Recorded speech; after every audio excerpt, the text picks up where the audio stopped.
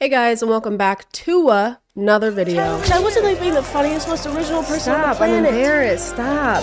A twinge of cringe. Over the last 6 months, yes, it's only been 6 months, the internet has become more and more acquainted with the overnight sensation Haley Welch, aka the Hawktua girl, lady. Madam. Haley's quick rise to fame was thanks to my favorite genre of street interviews where guys ask usually not sober women suggestive questions and then act shocked when they get suggestive answers. What's one move in the bedroom that makes a man go crazy?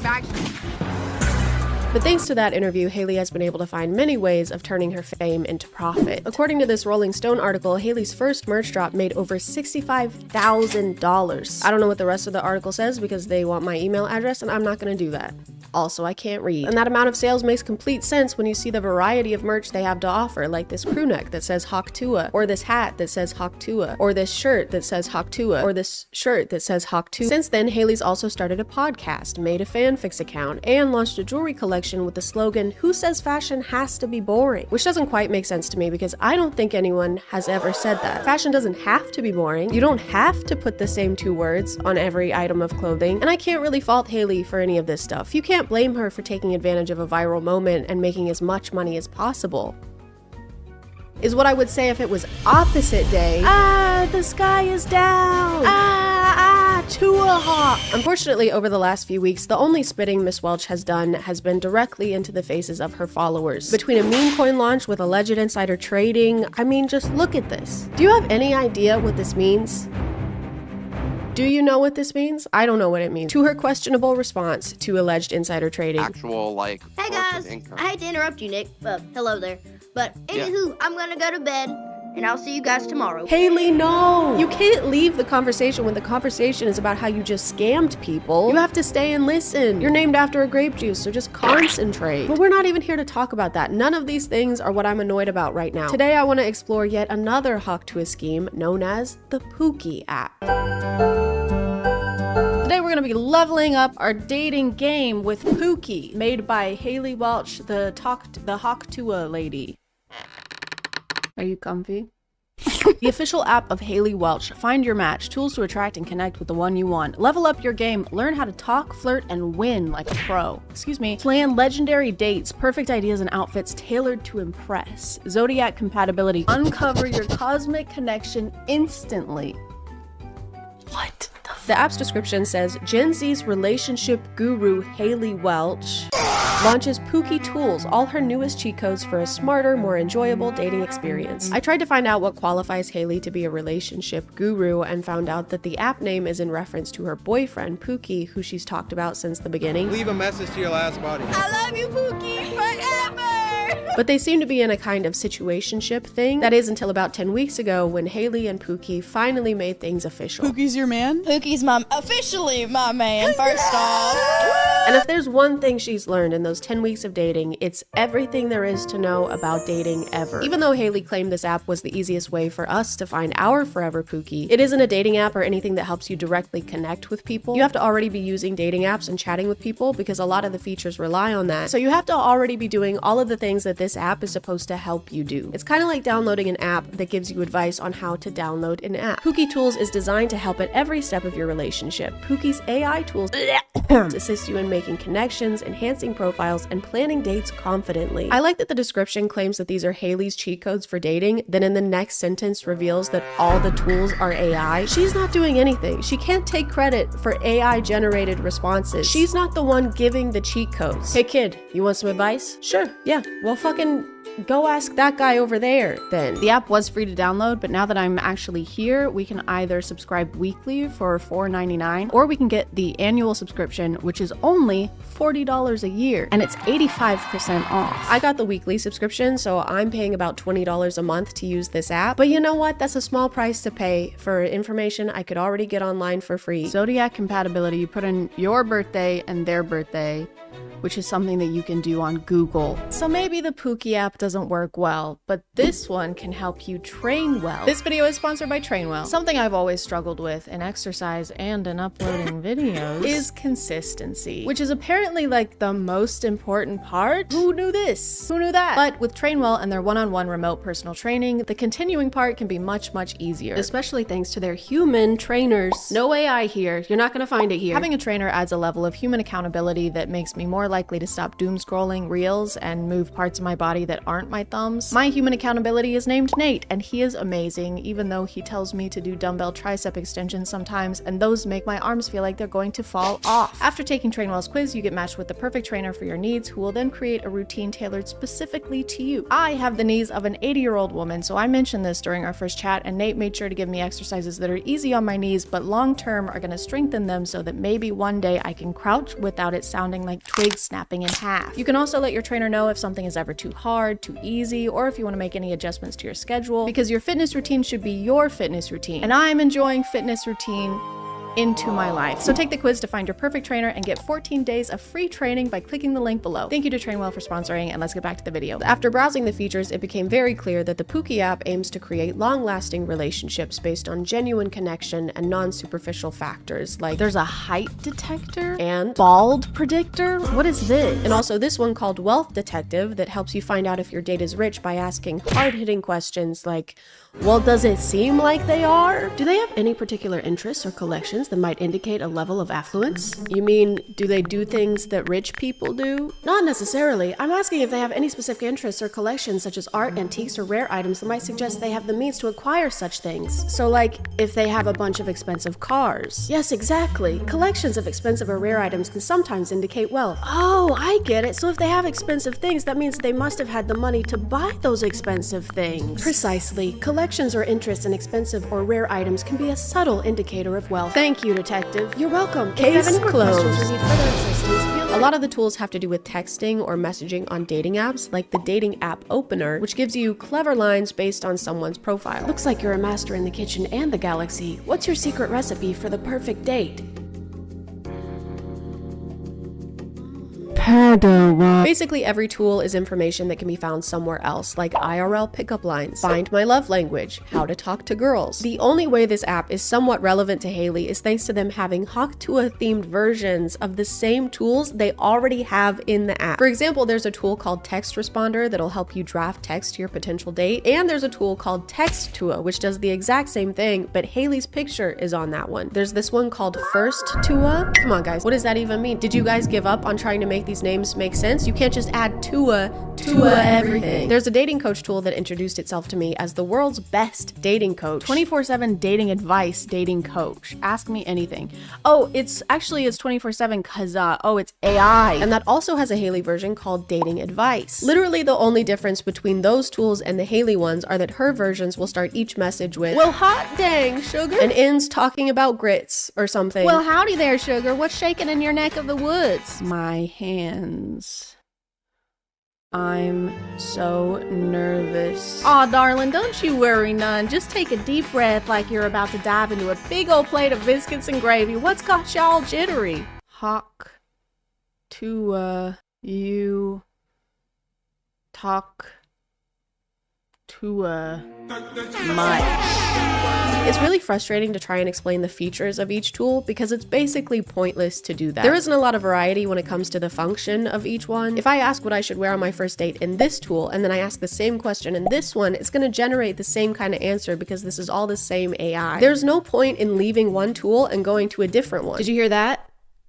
Ladies. It's kind of like that picture of that trash can that says trash on one side and recycling on the other, but there's no divider in between and everything is just mixed together. Do you know what I'm talking about? There's this illusion of multiple features on the Pookie app, but really it's all just the same big pile of garbage. Hey, that was a trash metaphor. It was a metaphor about trash. A few days after I explored the app for the first time, I reopened it and realized there had been an update, and now there were even more Pookie tools. There was now an apology writer, a roast me tool, and a soccer skills tool. Something's not right. This is more mixed up than grits in a blender. Even though learning how to play with balls might be helpful in the dating scene, I was a little confused on why this was here. So I asked how it's supposed to help, and it actually let me know I'm not allowed to ask it any questions outside of soccer coaching. But I don't need soccer coaching. Haley already told us how to dribble the balls. I tried contacting support to see what was going on with this update, and it ended up just being some guy's phone number. The Pookie app has a soccer skills option, and I'm wondering when that update was added.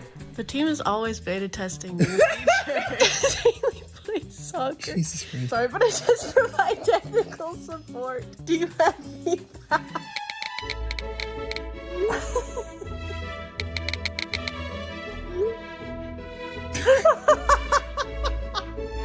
I still couldn't let go of the fact that this random tool was on here, so I did a little digging and found out that the developer of the Pookie app also developed this app called Ultimate AI. Maybe this app had a soccer skills tool and it somehow accidentally ended up on the Pookie app. I'm sure there's a reasonable explanation for why my Pookie app made by the Haktua girl is not giving me enough Skibbity Sigma rings. So I downloaded and paid for the Ultimate AI app, and it did have the soccer skills tool, as well as literally every tool from the Pookie app. This app is literally that app, but for less money and with less Haley. So I guess when they said that these were Haley's cheat codes, what they meant was they just cheated the code from somewhere else. I just wanted to explain this because I feel like I didn't do it enough, but they didn't steal the app. They're not stealing anything from someone else. It's the same developer. So basically they just took an app and tools that already existed and put Haley's branding on top of it. So it just means that no effort went into it and it was already something that existed. They just repackaged it. It's basically drop shipping just with apps. Anyway, I need to go back to the Pookie app. I need to talk about that some more because I let it plan a whole date night for me, and I'm going to show that to you. So this is a segue now.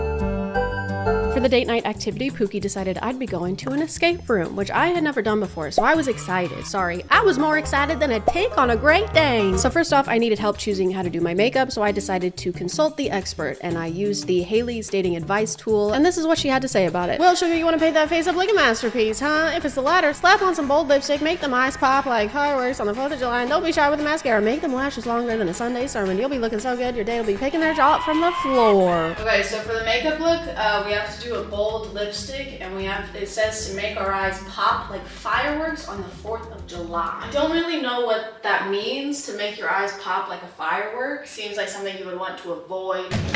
What do we got?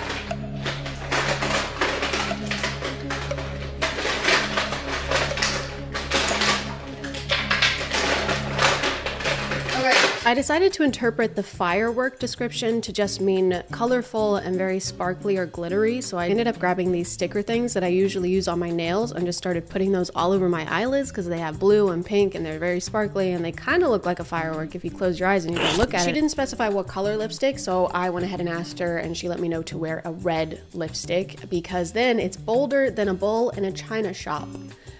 If I hear one more analogy, I am going to jump off. Red lipstick is definitely not in my comfort zone as far as makeup goes, but if it's gonna help me find my Pookie, I'll do whatever it takes, baby. Next up was my hair, and since she did such a great job the first time, I decided to consult Haley's tool for that as well. Well, bless your heart, darling. You want to look finer than a frog hair split 4 ways, huh? You going for that I just rolled out of bed but still look hotter than a jalapeno look, or you want to be slicker than a grease pig at a county fair?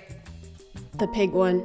Well, yeehaw! Grab yourself some of that fancy hair gel or pomade and slap it on like you're butter in a biscuit. Comb it back nice and smooth, so shiny you can see your reflection in it. I didn't finish reading it. Go back. Oh my god. For the hair, Haley told us to grab some hair gel or pomade and slap it on like you're butter in a biscuit. So I put on all of those things, and then I put on more layers of all of those things, and then I sprayed everything down with some Got2b hairspray, and voila, my hair was date ready. Date outfit suggestion. Let's see what we got. A vintage trench coat or cape for a dramatic flair, lace gloves and vintage brooch or earrings, a mini backpack or a belt bag for a trendy touch, a fringed shawl or a kimono style jacket, suede ankle boots, no. But whatever the Pookie app says goes, so I ended up wearing the suede ankle boots, even though it made me sadder than a tick on a chihuahua. The Pookie app had already picked out all of my accessories, so now I just needed to figure out what I was actually going to be wearing underneath all of those things. The glitter I put on my eyes to make my eyes explode like a firework burns similarly to how my eyes would burn if a firework did blow up in my eye. So maybe that's part of it. Maybe that's good, actually. Here are our options. A long-sleeved mid-length dress in a dark floral or velvet fabric. This is a dark floral, flowy blouse with lace or crochet details. That's flowy and lacy. This is the only thing close to suede ankle boots that I have. Does this work? I'm just gonna start throwing things on. Give me a second. Give me 10. Now all that was left to do was reveal my outfit to my date.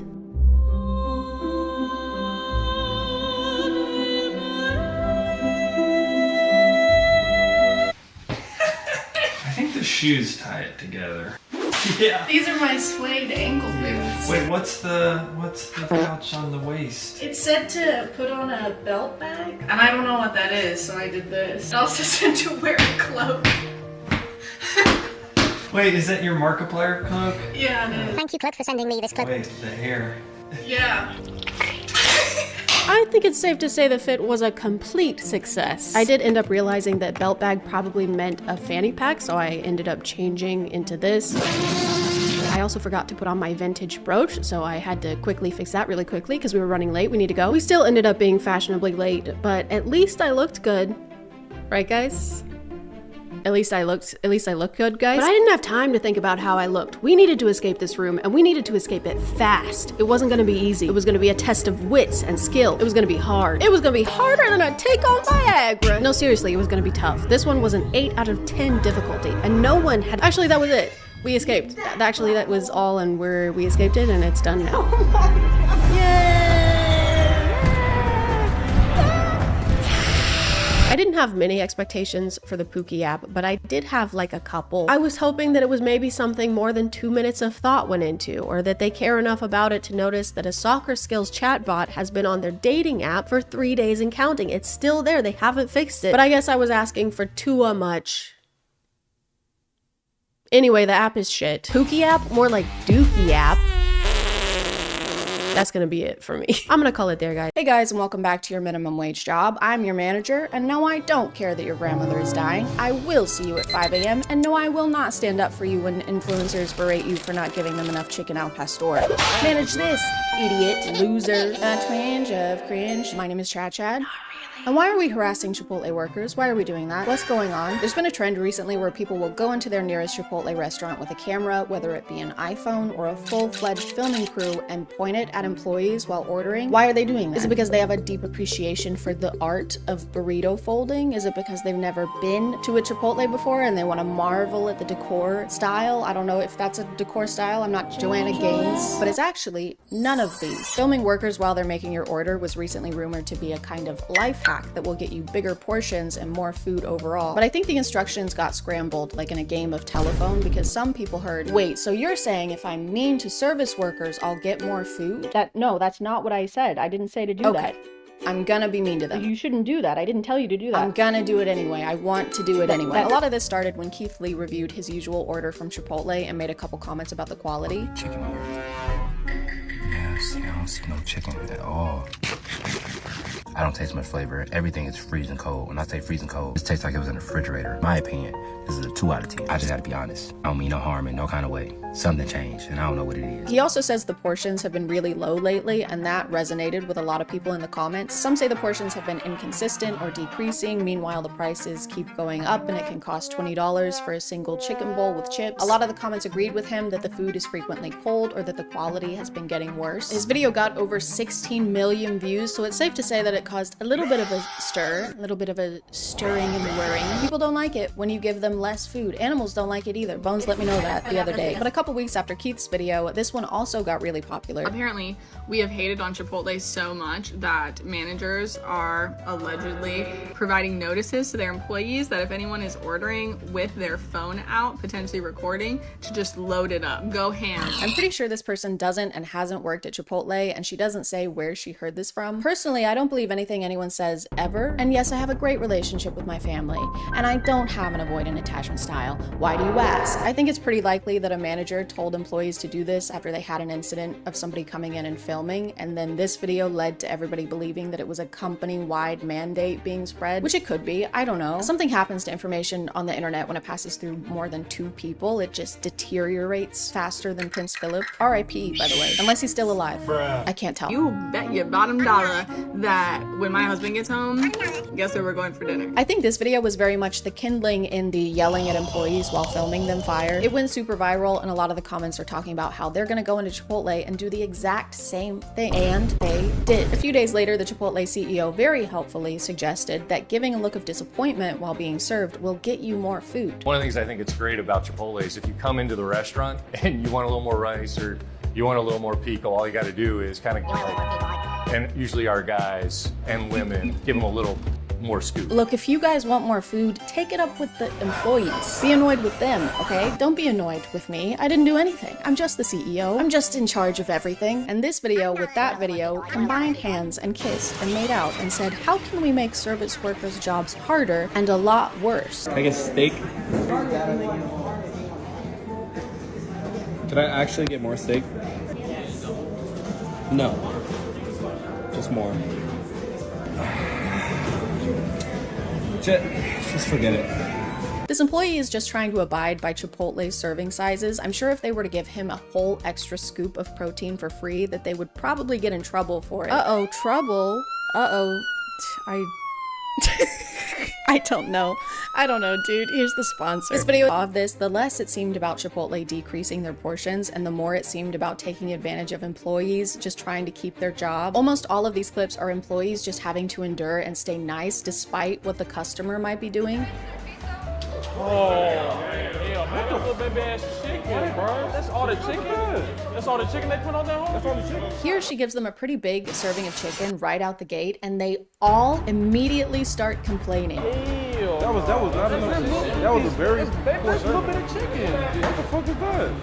Chicken, my hell. And she just has to stand there while 5 people simultaneously complain at her, and they don't stop until she gives them a whole extra serving of chicken. Which again is probably very discouraged by management and the reason she hesitated to do it. It seems like some people think it's kind of funny, like it's a joke, and they think the employees are in on the joke, but the employee is not having fun. She still had to give you a free extra serving, and she still had to deal with a group of customers complaining at her. And she deals with upset customers all day long. This is the same interaction she has all the time. Oop, don't touch the glass, please. It scares them. Okay, got it. Excuse me, I just asked you not to touch the glass. Ha! Gotcha. I was just acting like I would if I was tapping the glass. You're still touching the glass, though. Yeah, but I'm being lighthearted and silly about it. It still scares the miniature version of Elijah Wood with fins and gills. Okay, do not scare the miniature version of Elijah Wood with fins and gills. Some people don't seem to know what counts as a small portion or what the old portion sizes were. Leaving Chipotle after they cheat me from the portions. Very little rice. This guy gets 4 scoops of rice and then says, very little rice. Sir, your bowl runneth over with rice. It's actually not possible for you to have more rice. This idiot won't give me any more rice. I just want a bucket of rice. And they look at me like I'm crazy. I just want a bathtub of rice that I can lay in naked with all my stuff out. And they look at me like I'm crazy. He even put a bunch of face palms on the screen as if this employee isn't doing literally everything he's asking them to. More rice, white rice. They give him a big portion of chicken, which he complains about. He orders to go and then makes her stack the bowl to the point that putting the lid on is going to be almost impossible. Then he asks for like 4 scoops of sour cream and complains that she's making a mess. Do more cream. Making a mess, shaking my head. The only mess here is your attitude and your lower intestines in about 2 hours. He's also tapping the glass over and over again like they're gonna forget where the toppings are. They know where the shredded cheese is. They work here. You don't need to tap the glass like you're fucking Darla from Finding Nemo. He ends the video by saying the customer service is terrible, despite them being perfectly nice and having the patience of a saint on Valium. It just seems like this guy is using this whole thing as an excuse to bully and intimidate employees into giving him extra food. Like in this one, this guy is literally threatening employees. You're gonna have to hold me accountable. And that ain't no issue. Anybody in here can get it. Straight up. You can call the police. I ain't break no law. Wait, what? It's just a burrito bowl, so calm down, or I'm gonna have to ask you to Chipotle leave the premises. Chipotle go. Chipotle get the fuck out of here. And this didn't solve anything. Yes, he may have gotten a bigger portion, but Chipotle isn't decreasing their prices or making any official changes to their portion sizes. He still went to the restaurant and paid for the food, so the company is getting the same amount of money, and the only consequences are falling onto the employees who have no say in how much food you're getting. So the only result here was employees being treated like shit, more than usual. One extra scoop of poop, please. I also hate how employees are just really not allowed to ask customers to stop filming them, because that'll make the customer upset, and the customer is always right. The customer deserves a little massage and to be hand-fed grapes while they sit on a grassy plain. Like in this one, the employee politely asked this guy to stop filming her. Is that it? Yeah, that's it. No, it's recording the bowl. And he says he's not, right after fully showing her entire face. Or this one where the guy is literally almost touching the employee's face because he's holding the phone so close to him. Sir, I can see inside this man's ear. Take a few thousand steps back, please. He also starts complaining about the amount of chicken before he has even scooped the chicken. We need some more chicken in that. Finna fire on your ass. Put that chicken in there. He hasn't even seen how much chicken he's gonna be served yet. This is incredible, guys. We have a chicken psychic on our hands. We gotta call him Dr. Strange because he can see the future. And also because he acts really fucking weird. Oh, they gonna have to hold me accountable. Kudos to this manager for actually asking him to step back. She doesn't even ask him to stop filming. She just asks him to get the phone out of the employee's face, and he starts yelling. And if you got wrong, I'll fire your ass up. Is the point for him even getting more food? Because this feels like someone who already enjoys shitting on workers just has an excuse to be extra mean now. An extra scoop of mean, please. I'm gonna stop doing that. Employees can't really do anything about customers filming them or acting this way, and some of the people filming seem very aware of that. In a way, the phone is kind of threatening. It's like a hostage situation, but with queso. Okay, we can talk about this. Talk time is over, buddy. Just please let go of my sister. Just hand over the extra pico or I'm gonna salsa out of here. No, don't do it. Oh God, no, please. Please don't. Please stop. Oh, come back. No, don't. Chipotle has been getting complaints about their portion sizes way before this. People have been talking about it for a while. Can we talk about the downfall of Chipotle? I feel like the quality is not there. The price has increased. For literally a scoop of guacamole that big, it's like $2 freaking now. This video was posted in October of last year, and just for fun, I checked the side of guacamole now, and it's $2.65, so getting closer to $3 now, which based on what she said would mean the price has already increased again. Allegedly. She also mentions the cost of the bowl has gone up too. Plus, this one little bowl used to cost me $9, I remember. $14. So $5 more for the same size bowl is an increase of something percent. I don't know. I was homeschooled. My math lessons were counting how many wives Abraham had or how many vaccines I didn't have. I don't really eat at Chipotle and haven't much in the past, so my opinions are all based on other people, just like my personality and sense of style. But even though I don't have that information based on personal experience, if you're wondering if I believe a corporation has been increasing their prices allegedly while decreasing the amount of product you allegedly get, while their employees' wages allegedly stay pretty much the same, yes, I do believe that alleged thing would happen allegedly. The natural next step in this video feels like I should order from Chipotle, but that just gives them more money while they're allegedly giving us less food. But they have to increase the prices. Guys, the CEO made less money last year. He only made $17.2 million instead of the $38 million that he made in 2020. What's he supposed to do? Have 5 tennis courts instead of 6? Let's not be rash. Let's not be hasty. Let's not do anything crazy insane like that. So I won't be doing that, but I still want to degrade someone on camera while they make me food. I can't just miss out on that. Hey, can I get turkey? Of course. What else? Very little turkey. Can I just get More turkey? some more? Yeah, some more turkey. Okay. More turkey. Would you like any cheese with that? Oh, okay. Okay. Some more turkey, Oh, please. I gotcha. It'll make you happy as a customer, yes. Additional Yeah, turkey. could I get some more turkey?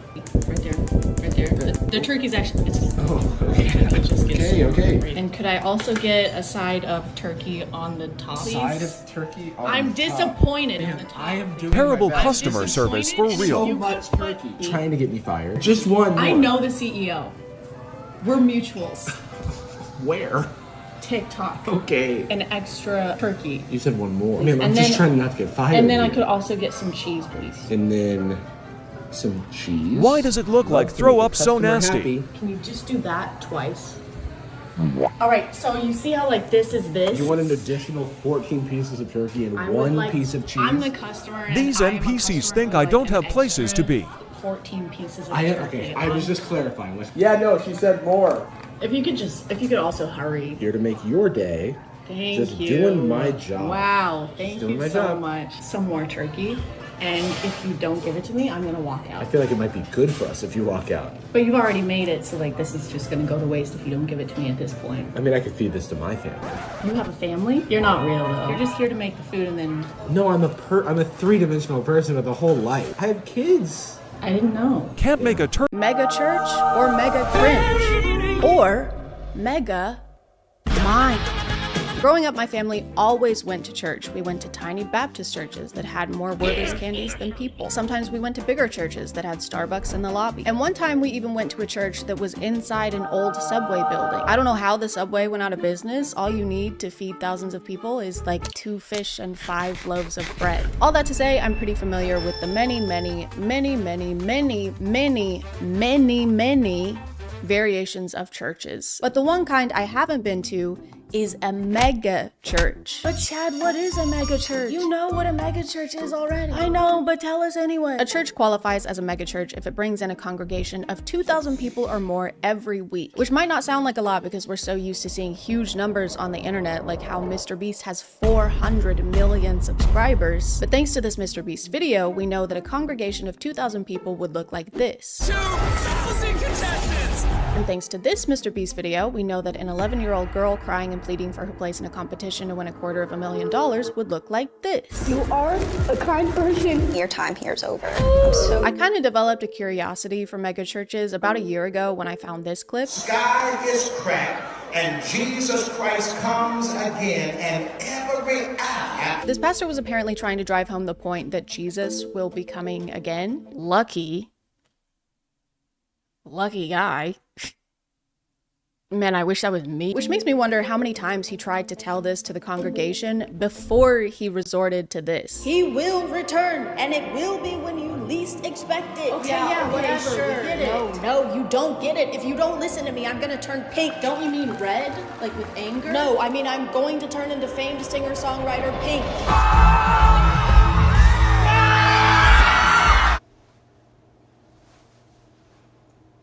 But I started seeing a lot of videos similar to this one from an account called Pastors with Props that post some of the craziest over-the-top sermons that you ever did see.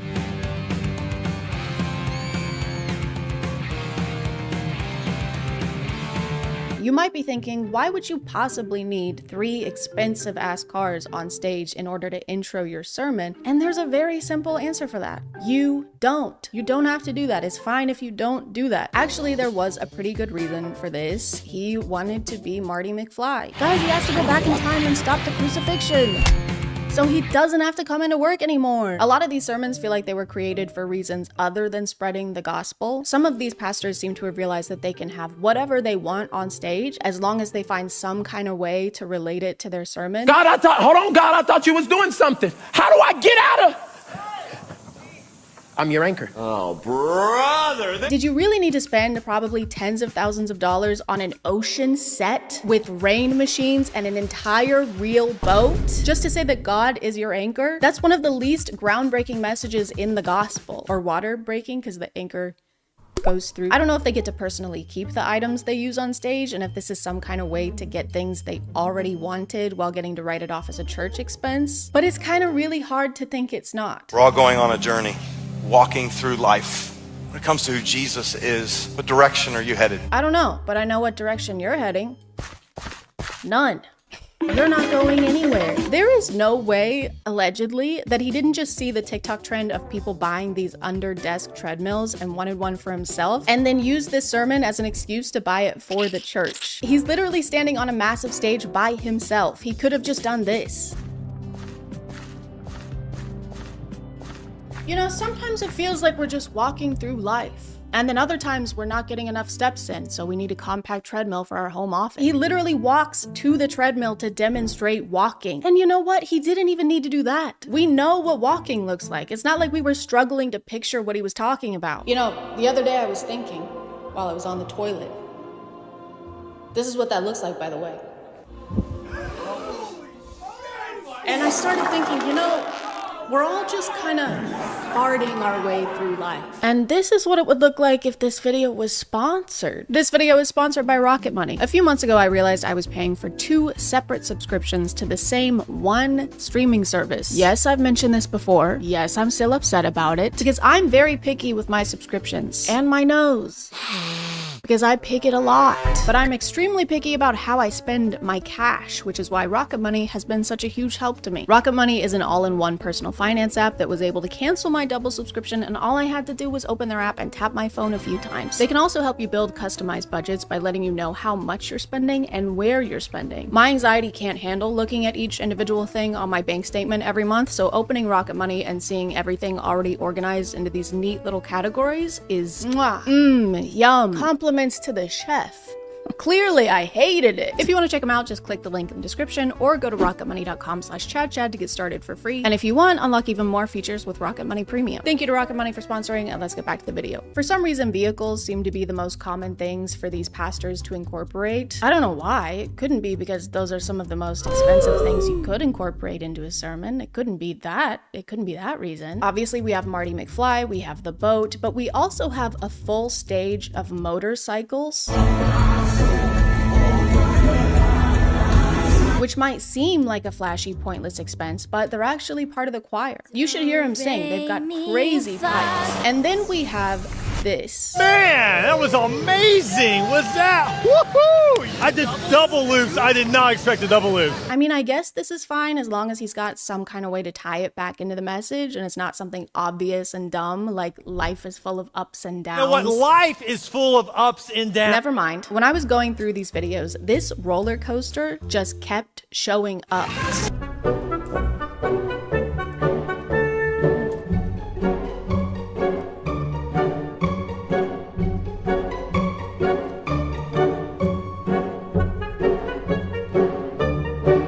You know, I broke my foot yesterday. Oh my god, bro. He went around twice. Why does he need to go around twice? It's so awkward. This was longer than actual roller coaster rides. That went on for so long that by the time he got off, his name was Ed Old. I do like the theme song for this event, just being people singing the word of the thing on stage. Under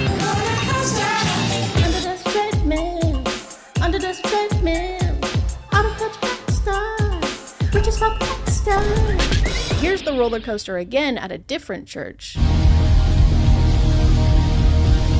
Except this time they have a curtain of sparks. Jesus loves a curtain of sparks. And here it is again at a different church. Come on, somebody make some noise! Come on, everybody, give it up for Jesus today. This prop is even crazier to me because there's barely an attempt to hide the fact that this has nothing to do with preaching. This is just a way for them to make a grand entrance like they're headliners at a concert. He does give this line to try and tie it back in though. It's amazing to have a creative God who has creative stuff going on, and when the world is in chaos and they're all flipping upside down, we're just having a good time. Thank you. Thank you guys. Please be seated. You know, it's great to have a creative God who makes creative things like roller coasters. And next week, he's gonna create me a Porsche. My favorite part though is when the crowd doesn't cheer enough for their extravagant entrance and he calls them out for it. What? Come on, you can do better than that. We know that a lot of you in the crowd today can't afford to take your families to Disney World, so we decided to spend thousands of dollars recreating one on stage to right in front of your impoverished faces. Now clap. Clap louder.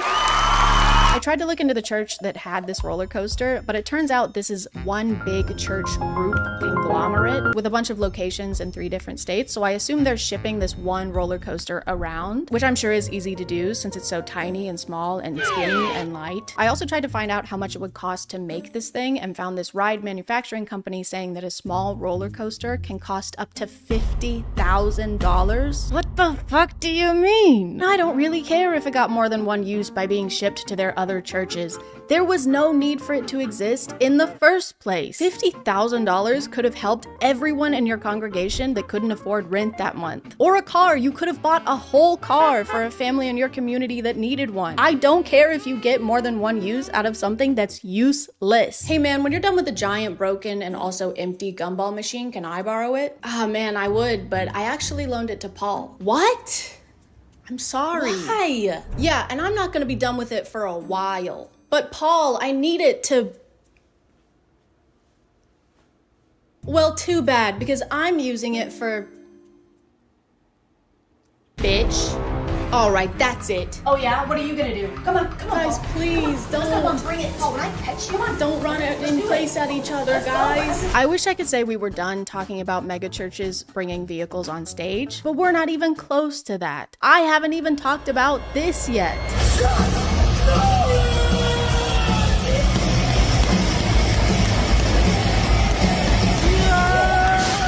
And what is this? Is this some kind of monster truck thing? Assembly? No. This is a men's church event. Church.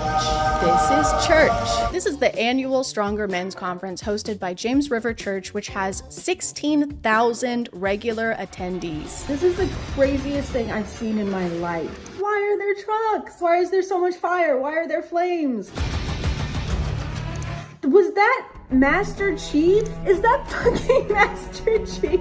The conference has a fantastic lineup of world-class speakers and a Stronger Warrior competition, which as far as I can tell is similar to like American Ninja Warrior, because you're not a good Christian unless you can scale up a fiberglass wall with your bare hands. Jesus said so. According to their website, their world-class speakers include superstar athletes like Harrison Butker. You know that guy who spoke at a college and told the women graduating that day that they should probably just have babies instead? You know the guy who definitely shouldn't speak in front of thousands of people? He probably shouldn't speak at all, ever. Also, according to their website, if you just scroll down here, you can actually register today. Register today. I mean, register today. Register today. Register today. Register today. Register today. Register today. Register today. They have monster truck rallies, MMA fighting, Master Chief. I still don't know what that's doing here, but I'm sure this alone was thousands of dollars. They've got bull riding, and finally, they've got throwing football on stage. This conference is like what you would get if you handed millions of dollars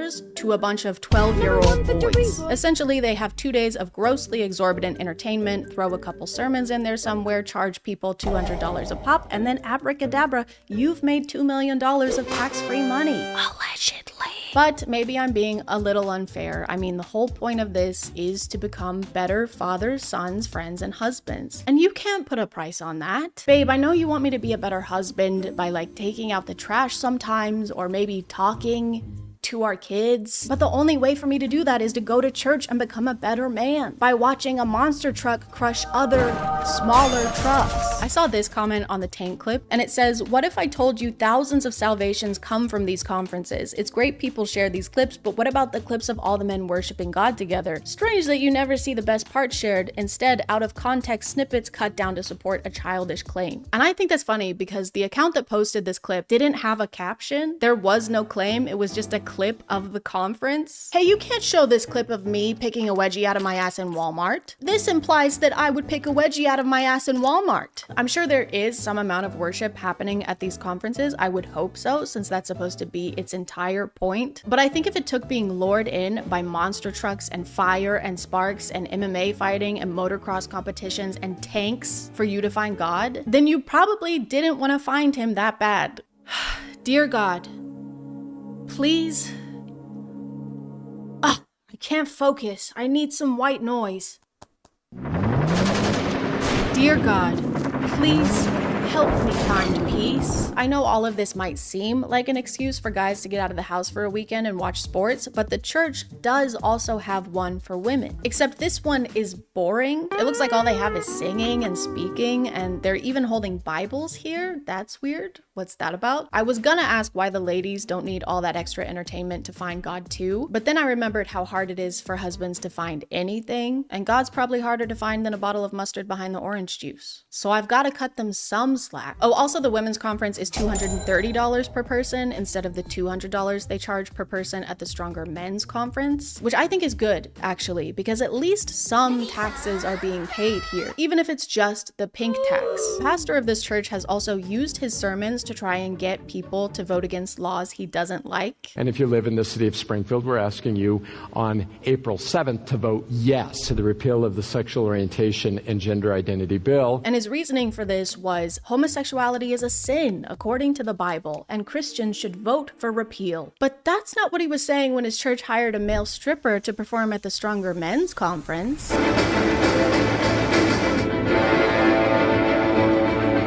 I don't really see how male pole dancing will strengthen these husbands and fathers. I think the only strengthening happening here is probably in the pastor's pants. Anyway, moving on to a different megachurch.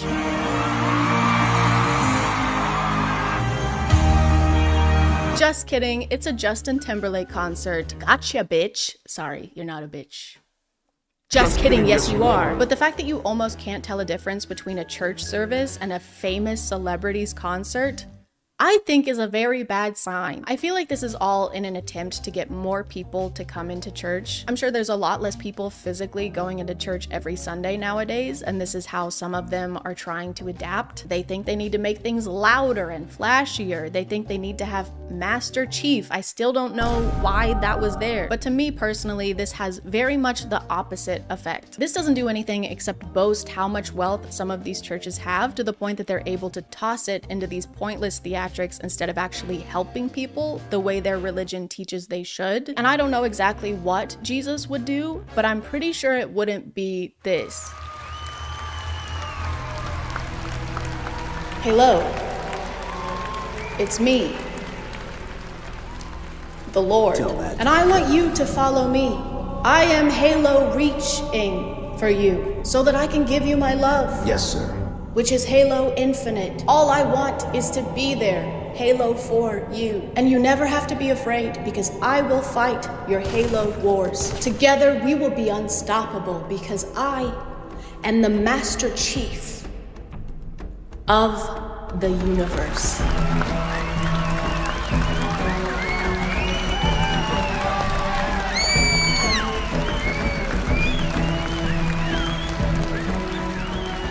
I didn't make my rent this month. They didn't give me enough hours at work, and the kids need new soccer cleats. I don't know what we're gonna do. You know what I think would help you right now? No, what? I think you'd be a great fit for my company. I don't know if that would help me right now. Oh, no. Sure, it'll be hard in the beginning, but will it take 3, 8, 22 hours a day to get started? Yeah. Yes to which? The 3 or the 22? Yes, absolutely. I guess as long as I definitely end up making money in the future. Slow down there.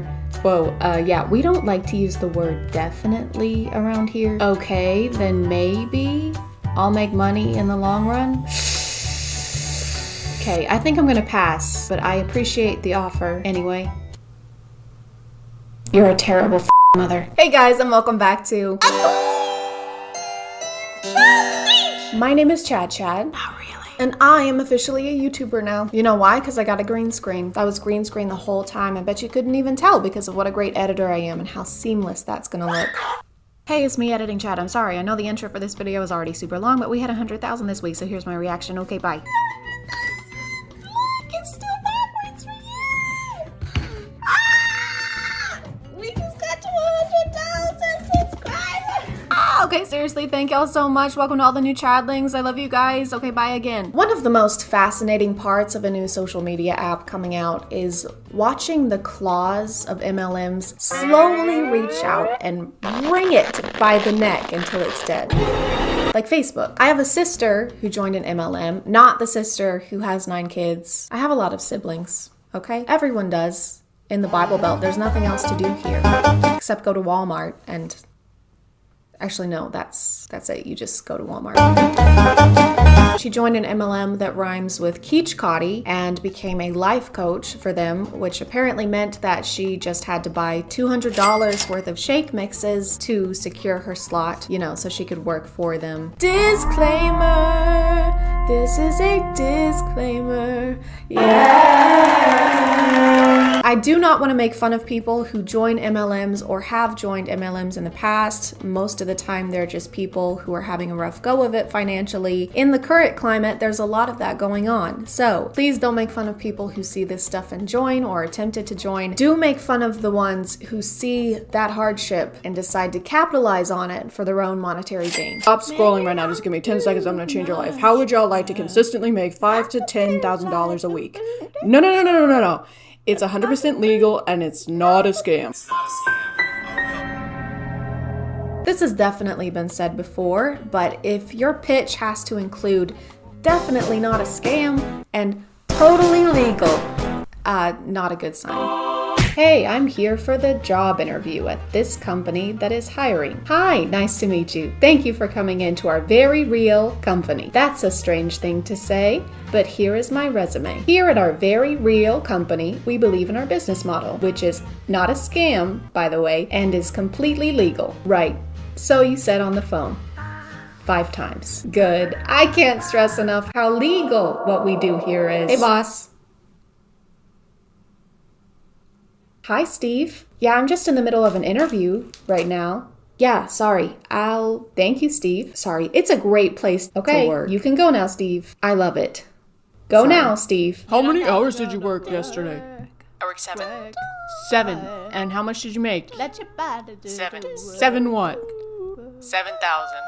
Ooh. I did some research on this company, FFL, which stands for Family First Life, and they sell life insurance, so it's just mostly a bunch of jargon that doesn't really make sense to me. I read some Reddit posts trying to find someone with like a personal experience, and the ones that I did find weren't exactly positive, but they're not an MLM. Because you don't have to recruit people to make money. You don't have to. What this guy's doing is definitely not MLM-y. Though. He's just been asked to join by someone above him, and now he's asking other people on TikTok to join so that they can also try to make money by getting other people to join on TikTok. Per se, it's... How many hours did you work today? About 2. 2, and how much did you make? About 5. 5 what? 5,000.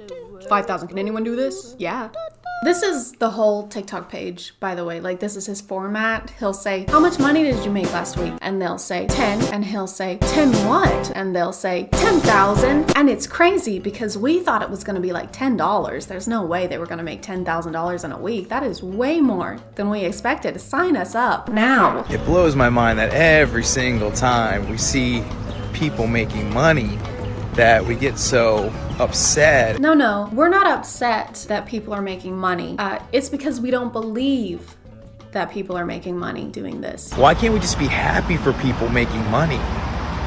Whatever happened to that time? Like, you should be happy that people are making money here. Typically, when people are making a lot of money, they don't have to convince everyone that they are. And if they do, they don't usually take this approach. I made 10K in 1 week, dude. Oh, cool. How? Click the link in my bio to find out. Oh, I don't want to sign up for anything. I just want to know how you did it. Click the link. Just tell me. Just click the link. It seems like you're lying. Why can no one just be happy for me? Hey, Dad. Yeah. When did you switch careers? 4 months ago. How old are you? 64. How much did you make last month? 14. 14 what? 14,000. But in my defense, I only worked 2.5 weeks. Hey, they're doing the same thing as the other guy. It's almost like they use the same format and change it slightly in order to recruit people. Who else do I know that does that? Hey babe, I've been stalking your Insta and you seem like the perfect fit. Hey girl, I was wondering if you would want to be a How would you like to be? Hey girl, hope you're having a good week in Spain. Hey girl, I just read your blog. Have you ever wanted to start a Hey girl. I don't know. You don't have to be great at closing ratio, but people like looking to have a great closing ratio. They're trying to get lucky every week. What is this? You can put this music over anything and it'll make it sound motivational. When you understand how this game is played, you don't have to get lucky. Like, you just understand you'll work enough, you will literally trip over money. And if you do it consistently, I've always said money will rain. What does a average full-time 40-hour-a-week agent make here at FFL? At least $250,000 a year. Hit us up if you're interested in making $250K a year. also use copyrighted music. Okay, what does the average full-time 40-hour-a-week agent make here at FFL?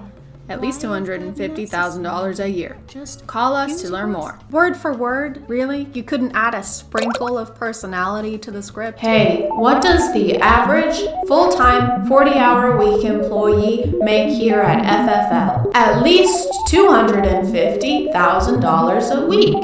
We team FFL out here, on God. $1,000, that's the script right there. $1,000, she just read it from that sticky note. I'm not really doing that, unless I'm right, which I am. You owe me $1,000. I also want to talk about how unprofessional some of these people are on here, aside from their shameless copy-paste formats in their TikToks. They address anyone who is suspicious of their work model or has concerns as haters, of course, and will not, for the life of them, tell you what they actually do. People say this but have nothing to back it up or to help people learn to do it. All you have to do is ask. Sweet, okay.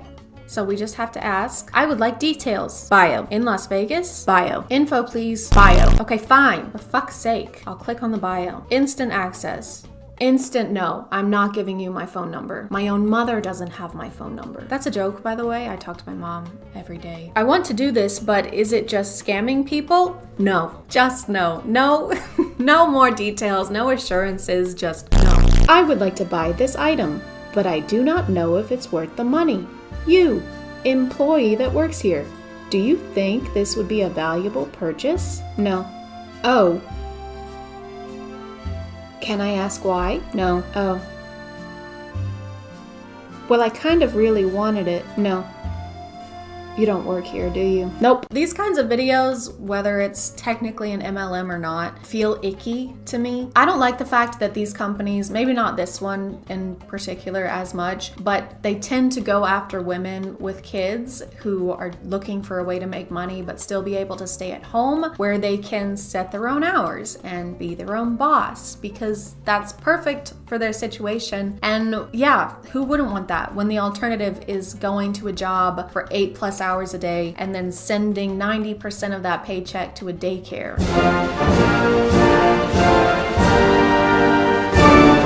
They talk about how they pay for you to get your license, or they give you free training so you can get your license, but then you pay them for leads. Leads like people to call to try and sell insurance to. This says it's $15 to $25 for each lead, and the minimum order is $20. So that's $300 to $500 that you're spending on leads. And just because you get the leads doesn't mean they'll turn into closing a contract. They can go nowhere. So then you'll have to buy more leads. I saw something that says you don't have to buy leads from them. You can get it somewhere else. But then what do you need this company for? Why do we need your company? What is the point of you? Oh, sorry. It's for the amazing TikTok scripts in the mass emails that they send to recruit people, even though you don't have to recruit people to make money. If you click on the link in my bio, you can make $250,000 at least in your first year. I made 20 last week. 20 what? 20,000. Feel free to correct me on anything I might have gotten wrong in this video. I do post once a week, so sometimes stuff can slip through the cracks while I'm researching, but I'm gonna call it there. Thank you for subscribing, and if you are still here, thank you so much for watching. I appreciate you clicking on my video out of all the videos that are on here, and I'll see you next time. Okay, bye.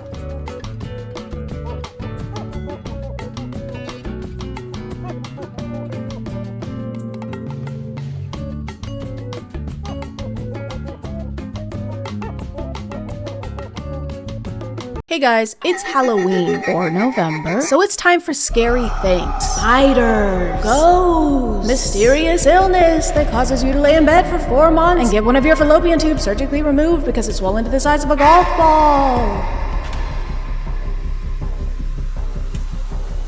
Zombie clowns! One of my favorite parts of October or Halloween is getting to watch as many horror movies as possible, because I love horror movies, whether they're good ones or awful ones, especially if they're awful ones. I also love horror games. One of the only ways I could fall asleep in college was by watching horror game playthroughs on YouTube. I don't know why, there's just something about it that relaxes me. It's serene. It's quiche scent. But I realized, despite being a huge fan of horror games, I've never actually played one. It's always just kind of felt like something I should leave to the professionals, you know? Plus, I'm skilled. But today, that's gonna change. I'm gonna play scary games for the first time, and I'm not gonna be scared at all.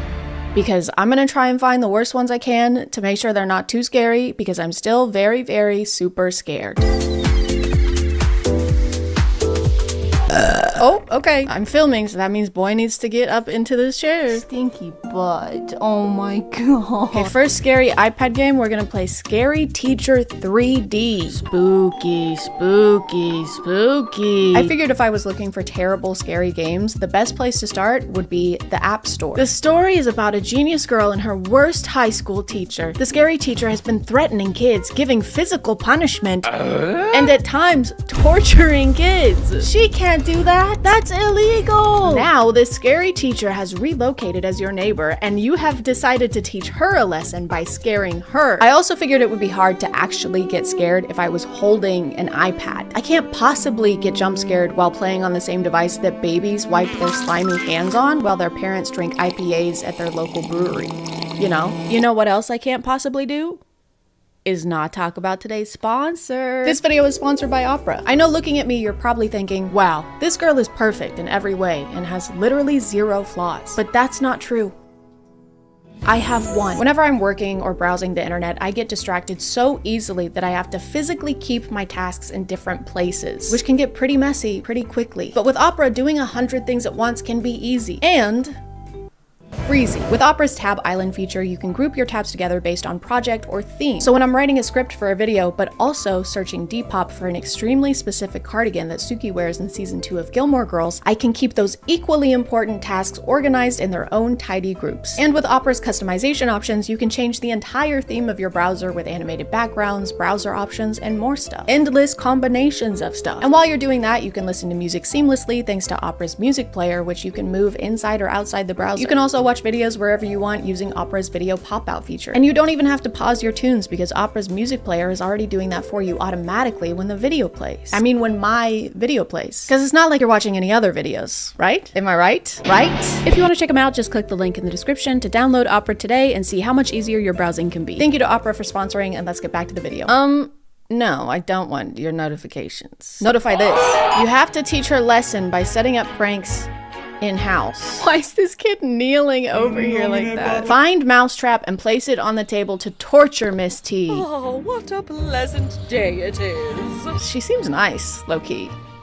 I don't know why we're doing this. Place Mousetrap on the table. Why? Did we do it? Today's the day I make the front cover of the paper. Why does she think she would be on the cover of the paper? For torturing kids? For her trial? Her public trial and execution? I hope.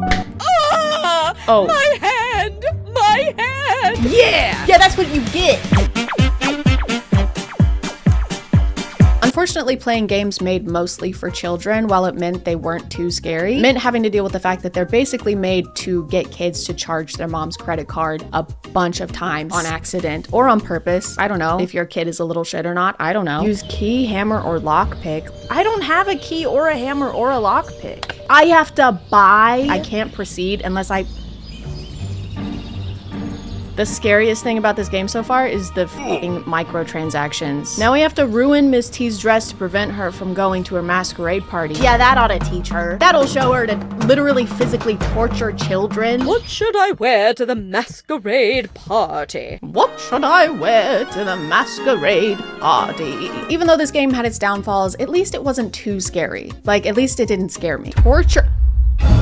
She has a room just for torture. She has an electric chair. Oh my god. And then she has... I will hang you by your tail, you rat! So at least I wasn't scared.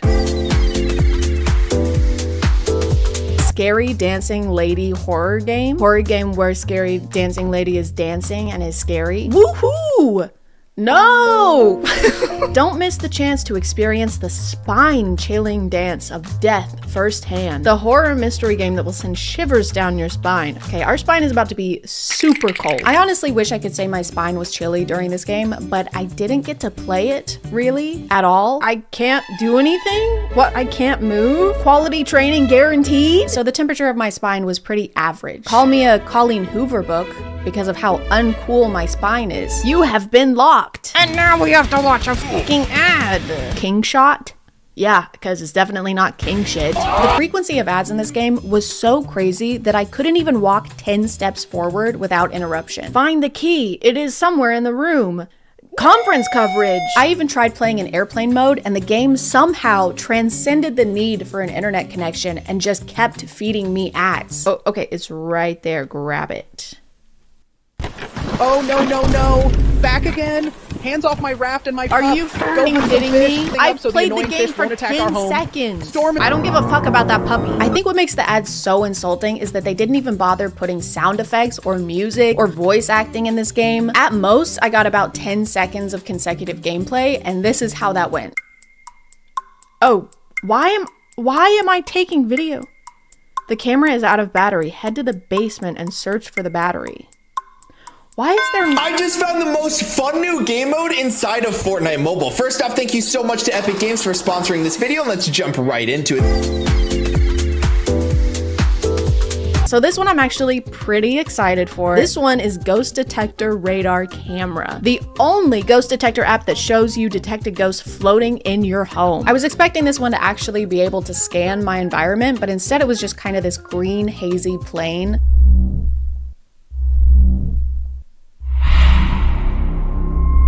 Hello? Ghost signal acquired. Where is he? Bro, let me talk to you. Signal lost. He just ghosted me. I was trying not to take it personally, but it really seemed like ghosts are either super standoffish or don't want to talk to me specifically, which is crazy because you're in my office. What do you mean you're living in my house and you want nothing to do with me? I thought you were a ghost, not my wife. What kind of entity are you? I am what you most desire. Their Mountain Dew voltage. Do you want to hurt me? I seek to inflame your passions, your lusts, your desires. Bro is hitting on me. Bro wants me. Scan terminated. Wait, where did he go? Where did the demon of passion go? No! We had something. Okay, let me see if I can find another one. Let me see if I have any demons inside of me. I could have just a minute ago. In here, maybe? They're not talking to me.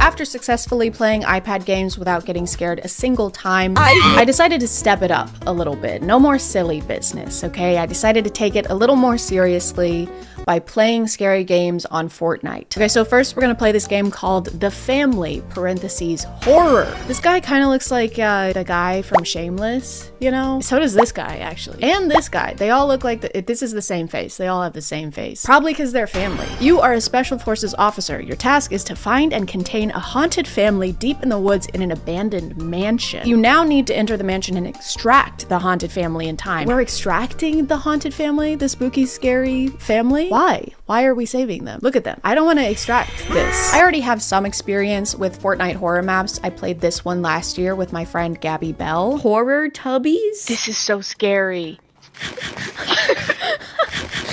But there's a lot of security in playing with someone else and hearing your friend's voice in the spooky environment with you. It's kind of reassuring.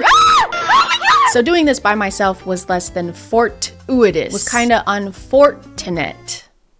I just hoarded. The family living in this house have been possessed. Your task is to free them and get them back safely. If they get hostile, just know to defend yourself. Whatever happens, let them live. We need them for research. For research? I gotta find a way to get into the house. Oh, well, we couldn't possibly get in here. How are we supposed to get past this nightstand, bro? I guess we're not allowed to harm the nightstand either. The plot of this game was pretty confusing, mostly because it's trying to be Resident Evil 7. Oh! There's even the same scene where you wake up sitting at the dining room table with the family surrounding you. Oh, no. Why is he headbutting us like that? There's also a member of the family who's clearly just supposed to be Zoe Baker, and her only role in the game is to knock on the door constantly. Who is knocking? Well, someone get the door. Ew! I can help you. You just gotta let me back in. She is holding us captive. Come to the garage. And her unintentional role was to jump scare the shit out of me when my teammates triggered her cutscenes without me. I'm not going. Hey, I can actually help you. You just gotta let me back in. In true Resident Evil 7 fashion, the main spooky thing in the game is the guy roaming the hallway. The voice acting is amazing. Wait, what's happening? Oh, guys, he's right there. What are we doing? No, no, bro. No, no! He saw me! No! And then at some point, all of these things join together and create the most confusing, overstimulating gameplay imaginable. Oh.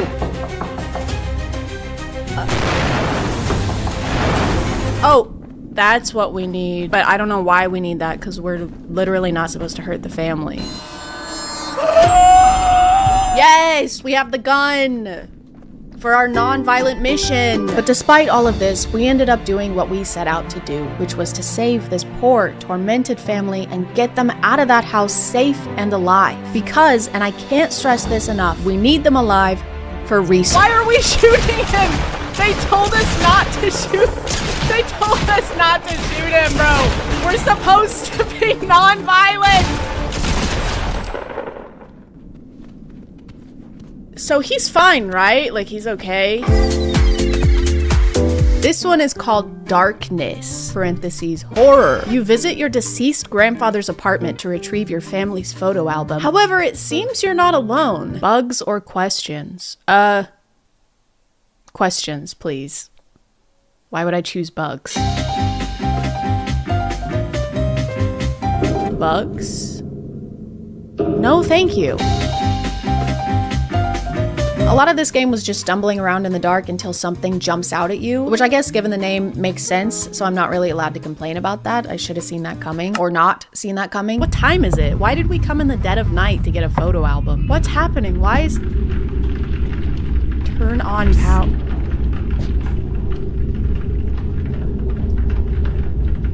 Stop. What is that?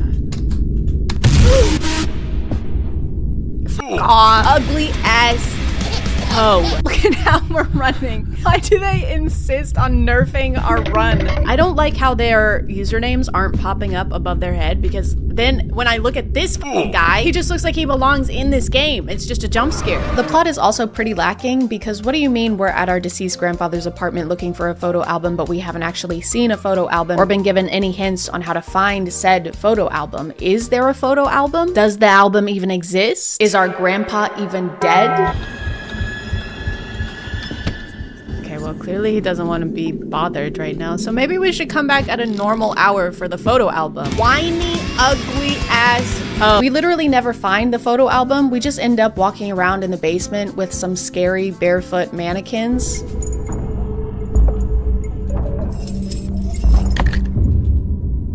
Ah! But we did end up finding something even more important. Oh. Guys, I found the bugs. God, bugs. We should really tell someone about this. Michael Jackson Horror 3. I don't know, guys. I don't know how to intro this one. It just is, okay? And sometimes things just is. Even if you don't know how to explain why something is, that doesn't mean that it isn't, or that it doesn't. Because it does. It's just a squirrel. That's a squirrel too. Well, looks like I'm locked inside.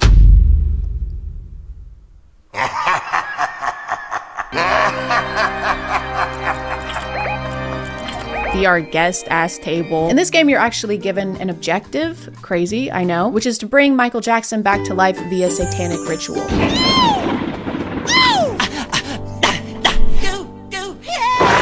And in order to do that, I have to run upstairs and then downstairs, and then upstairs and then downstairs, and then upstairs and then down. I have hidden the bedroom key into the bath downstairs to keep it safe. Oh, well, of course, that's perfect. That makes perfect sense. Of course, you would keep the key downstairs after telling me to come upstairs to find the key. Look around for clues about the key. Okay, Mr. Jackson, where's the...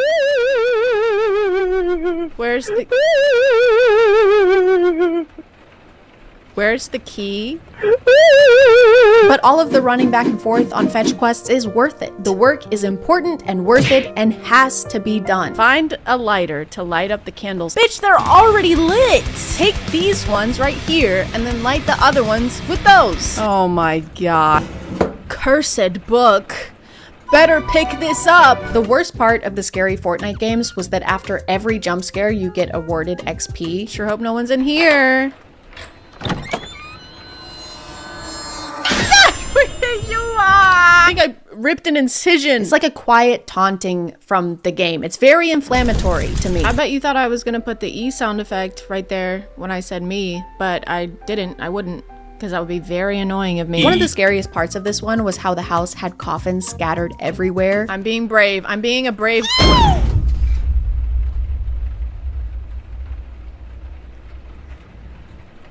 Is he dead? I mean, and you had no idea which ones Mr. Michael Jackson was gonna jump out of and which ones were just regular coffins, you know, like the regular ones that everyone decorates their homes with.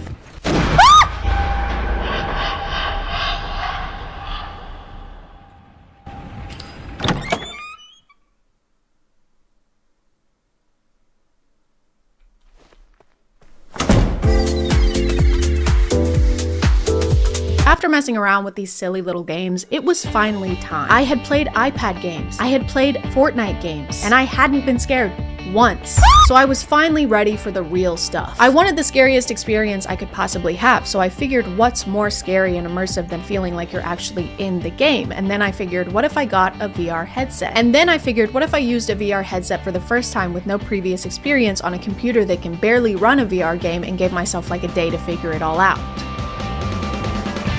What if I did that? Hey guys, I've been trying to set this up literally all day. It's almost 6 p.m. and I still haven't recorded fucking shit. And my poster keeps falling down.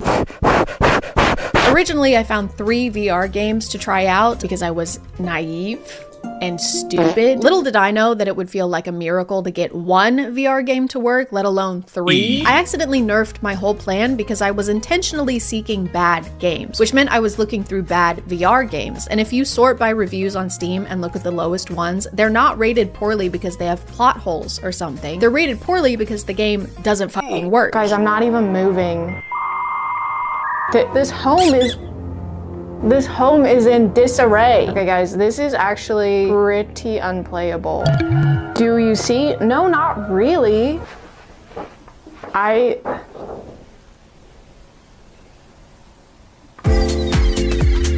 The next game I played was called The Eerie Inn, and we start out somewhere in the middle of the desert with our friend Jen, or maybe my name is Jen, I can't remember. And at first it seems like something happened to cause us to be here walking on the side of the road, like we're tired, we're complaining about walking for so long. I'm gonna collapse if we don't find somewhere to rest soon. We've been walking for the last several hours. But when this guy pulls up in his truck, Jen, or not Jen, reveals that we're actually doing this on purpose. We're big hiking fans. Better for the body and soul, you know? Just tell him our social security numbers, why don't you? So obviously, Jen and I decide to check into the inn that this random man recommended to us during a big, juicy expo dump. It was opened recently by a young couple, Thomas and Laura Kinsey, if memory serves. Met them once when they just moved in a few months ago. Came around to fix the electrical wire. Why is he giving us all this information, bro? Excuse me? No breakfast served or any meal for that matter, so you better have brought some food with you. Oh my f***ing god.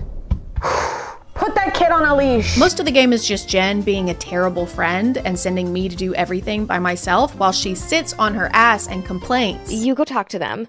Oh, and the shower head's broken. Could you ask if they have a spare one somewhere? She just has me doing literally everything. Like all she's doing is wearing a shower dress. Ah, there you are. Took you a while to get the shower head. You could have done it. I think we need something to properly attach it all together. Could you go downstairs and find something we could use? Bro. Since I'm already in my pajamas, do you mind taking our dirty clothes down there?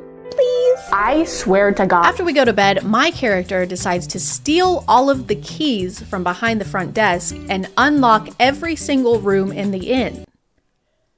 Because something just feels off. I am honestly the problem in this situation. I keep just walking around to people's rooms trying to unlock them. Oh my god. The rapture happened. I don't want to be walking around.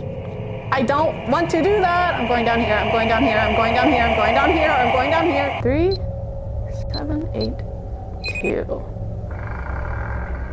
What the hell are you doing? Oh my God, Jesus Christ. Put some shoes on. The morning after I snooped through the entire inn, Jin wakes me up like this. For a second, I thought you were never gonna wake up. Are you ready for a little hiking trip? I'm ready for you to fuck the hell off. Also that we can go on our little hiking trip, which is just us walking next to the road again. I think the Kinseys are hiding something. Oh my God, this guy is coming back. The ghost of the boy still haunts the house. I've seen it. At first I thought I was hallucinating, but now I am sure Very myself's slowly. Yeah, we're huge hiking fans. We just love seeing all the sights.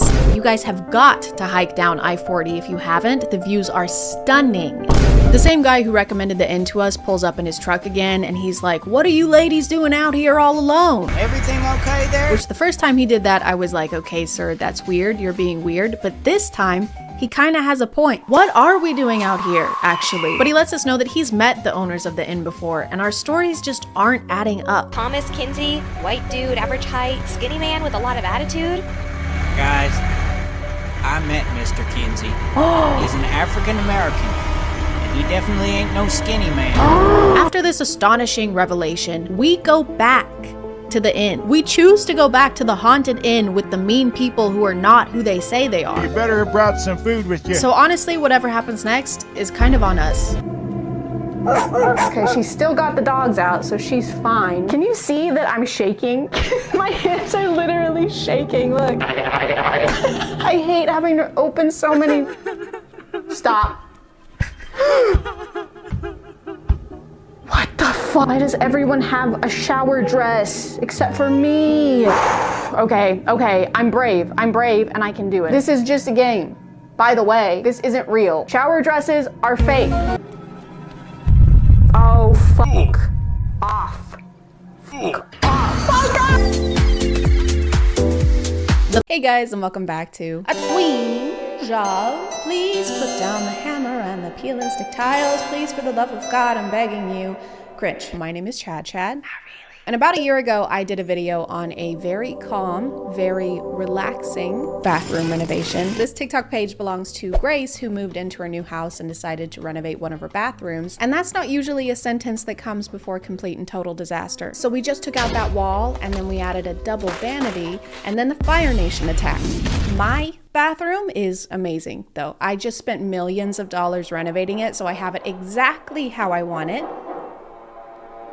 What is that? What are you doing? Why? Guys, please get her out of my house. She's not gonna stop smashing things. Click the link in the description. There isn't much time left before she destroys my entire house. The ChadChad YouTubes is live now at youtubes.com, or you can click the link below. Once she's sold out, she's never coming back, so you'll have a limited edition Chad and will have saved my bathroom from total ruin.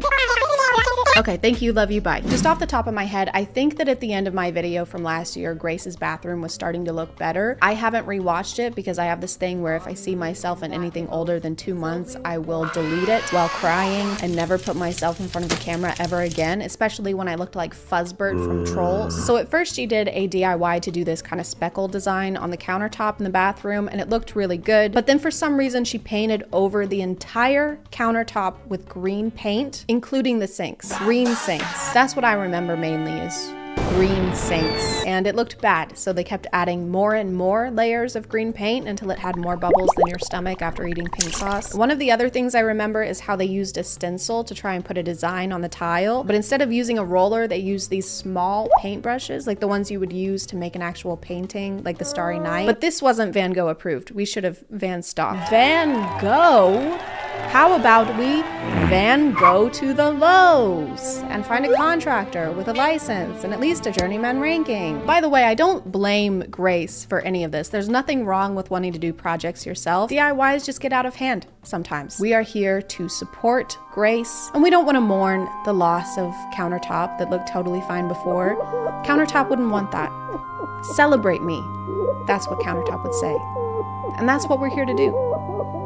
After a word from our sponsor. This video is sponsored by Good to Vote, and they just wanted me to ask, are you Good to vote? Even hearing the phrase register to vote can be daunting, especially with work and school and having to repair all the hammer holes in your wall. But Good to Vote has partnered with headcount.org to make everything as easy as they can with resources on their website. If you don't remember if you're registered, you can check, and if you are, great job. If you're not, you're still doing a great job, but they'll walk you through the process by taking you where you need to go online in order to register in your district. Not only will you be joining a good cause, but you can also win free things. You can enter for a chance to win a brand new MacBook Pro, a year's subscription to full Adobe Suite, and a signed ChadChad U2s. Signed by me, not just a random person named Chad. Although technically I am a random person named Chad. Not really. You can enter the giveaway by clicking any of the buttons here, and if you really want to win, getting 3 friends to also enter will triple your chance of winning. So click the link below, make the world a better place, share with your friends, and win some cool things, maybe. Do a cool thing, win some cool things. Thanks to today's sponsor, and let's get back to the video. After the bathroom was under control, Grace moved on to her office, and she painted this abstract shelf kind of thing, which turned out really well and looks great, but don't get too comfortable. Why don't you come in and not have a seat? Could I get you nothing to drink? Speaking of sitting down, Grace is painting chairs.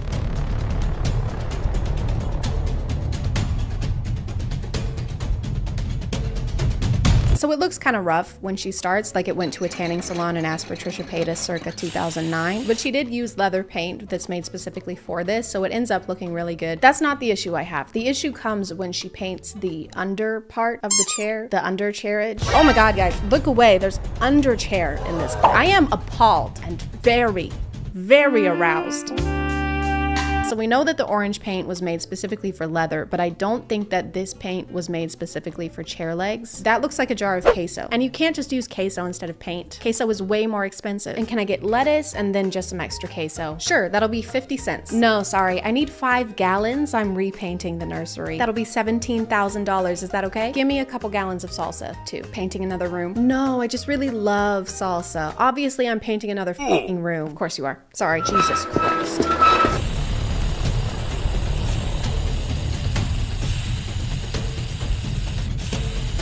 You can't spray paint inside.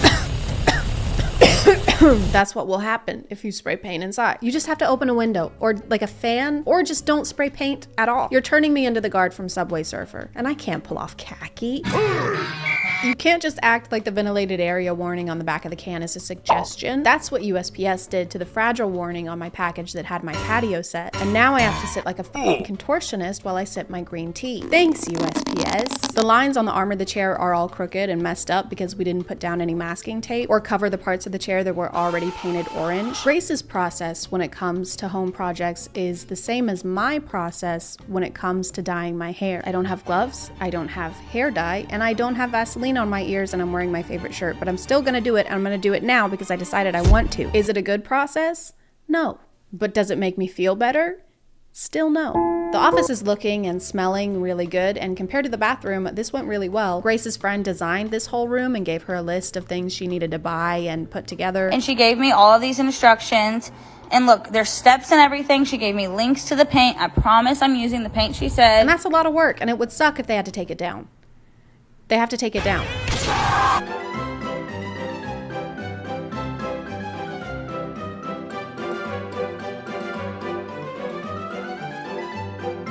Does this mean that you always knew a roommate was going to be moving into this room?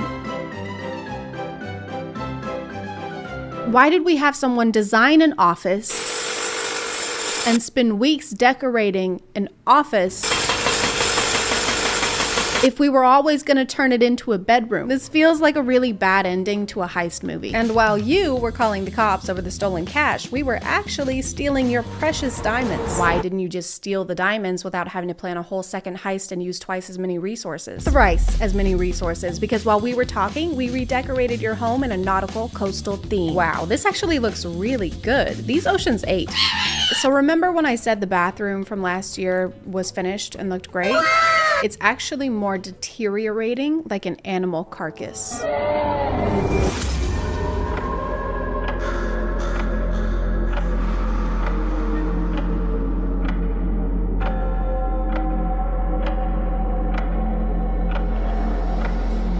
There's paint coming off of places it should be, and then somehow also paint in places it shouldn't be.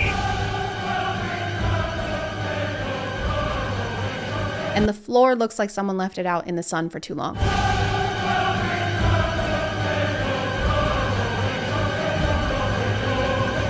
It's melting somehow. It looks like one of those popsicles you get from a truck that's supposed to look like SpongeBob. Obviously, some things need redoing, so we're at square one. We're back at the very beginning in the bathroom. A very good place to start. I just realized while editing that I make it sound like the floor paint is melting for no reason. It's melting because they're using paint remover to get rid of the stencils that they did a year ago, which is already awful and stressful to look at, but it's even more so when you realize that Grace made the stencils herself and spent $300 on a special machine just so she could make them. So here's me impulsively painting my bathroom like the people on Pinterest. I handmade my own stencil. That took me 3 days. And then my one stencil broke, so I ended up spending $300 on a Cricut so I can make more stencils. So after 2.5 weeks of work, finally we're out of paint. So yeah, it's not like there's an active volcano under the bathroom floor making it melt. Although at this point, I wouldn't be surprised if there were. Grace adds this salmon color to the walls, which is pretty on its own, but then she tries to add this gray stone-esque tile with it, and I hate it. I'm sorry. I've tried to be understanding. Now I sound like I'm having a conversation with my teenage son. I've given you your space. I understand that you're going through something, but you have got to stop spending so much time in the bathroom.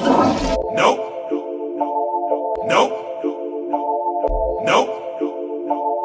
Nope. She also tries to put on this wallpaper, but it doesn't look like she bought the right tools that you're supposed to use to apply it. I really like this shade. You know I love a good dark green. Love a good avocado look. I think at this point though, none of these are actual projects. They're tests, and we're using the walls like magazine clippings that we're gluing onto poster board.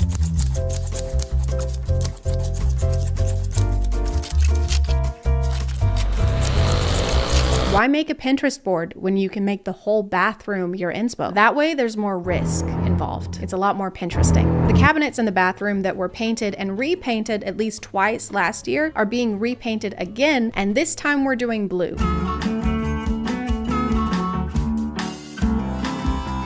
Just kidding, we're doing white. Actually, and now we're doing black.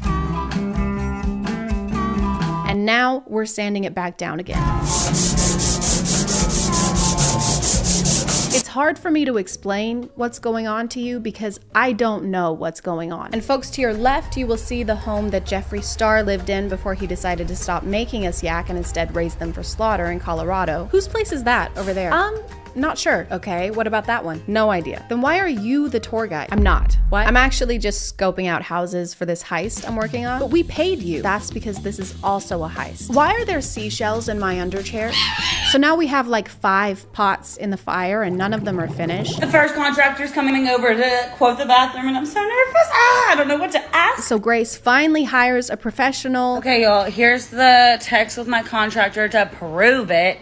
Look, there's my mood board. Ooh, look at that tile. Ooh. This has been such an incredible journey, and it is not even close to being finished.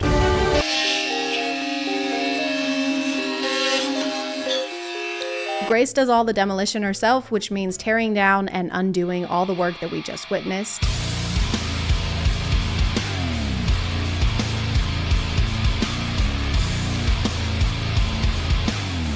The contractor takes away the infamous countertop. And if we could all just be respectful. I don't give a fuck about that countertop. Do you have any idea how much pain she caused me? I used to like the color green. I haven't had a vegetable in 16 months. The guy Grace hired installs new countertops and wallpaper. It's looking incredible. Then he drops off the face of the earth.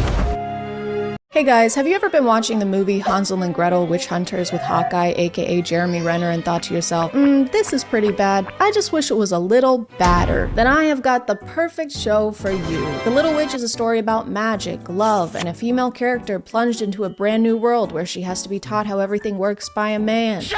What a fun trope that never gets old. If you aren't familiar with Real Short, it's a streaming app that specializes in short form shows such as Fated to My Forbidden Alpha, where the male love interest is an alpha werewolf werewolf professor stepbrother. Please keep up please. I haven't browsed their shows recently because after watching one of them, I need about 2 months to recover, so please keep that in mind before you start tagging me in the clips they post on TikTok. Start the countdown, here's the countdown. If you tag me in one of their clips before this countdown runs out, I will be real short with you. They've really cracked down on screen recording since last time because now it doesn't even let you start to record, it just immediately gives you this warning. So I'm probably gonna go to jail for this, guys. What are you in for? Stabbed a guy a bunch of times. What about you? I tried to take a screenshot of a show I paid $40 to watch. I want you dead. Yeah, I hope you die. Yeah, me too. We meet our main character, Freya, who I guess is being held captive by this witch coven because they treat her very poorly and make her do all the chores. In the first scene, these two witches immediately start bullying her. How dare you raise your voice at me? Get off me! Perhaps next time, I should burn your entire face. And then the high priestess shows up and she's pretty upset that they're being mean and hurting Freya, so she tells them to go prepare the ritual where they'll be being mean and hurting Freya.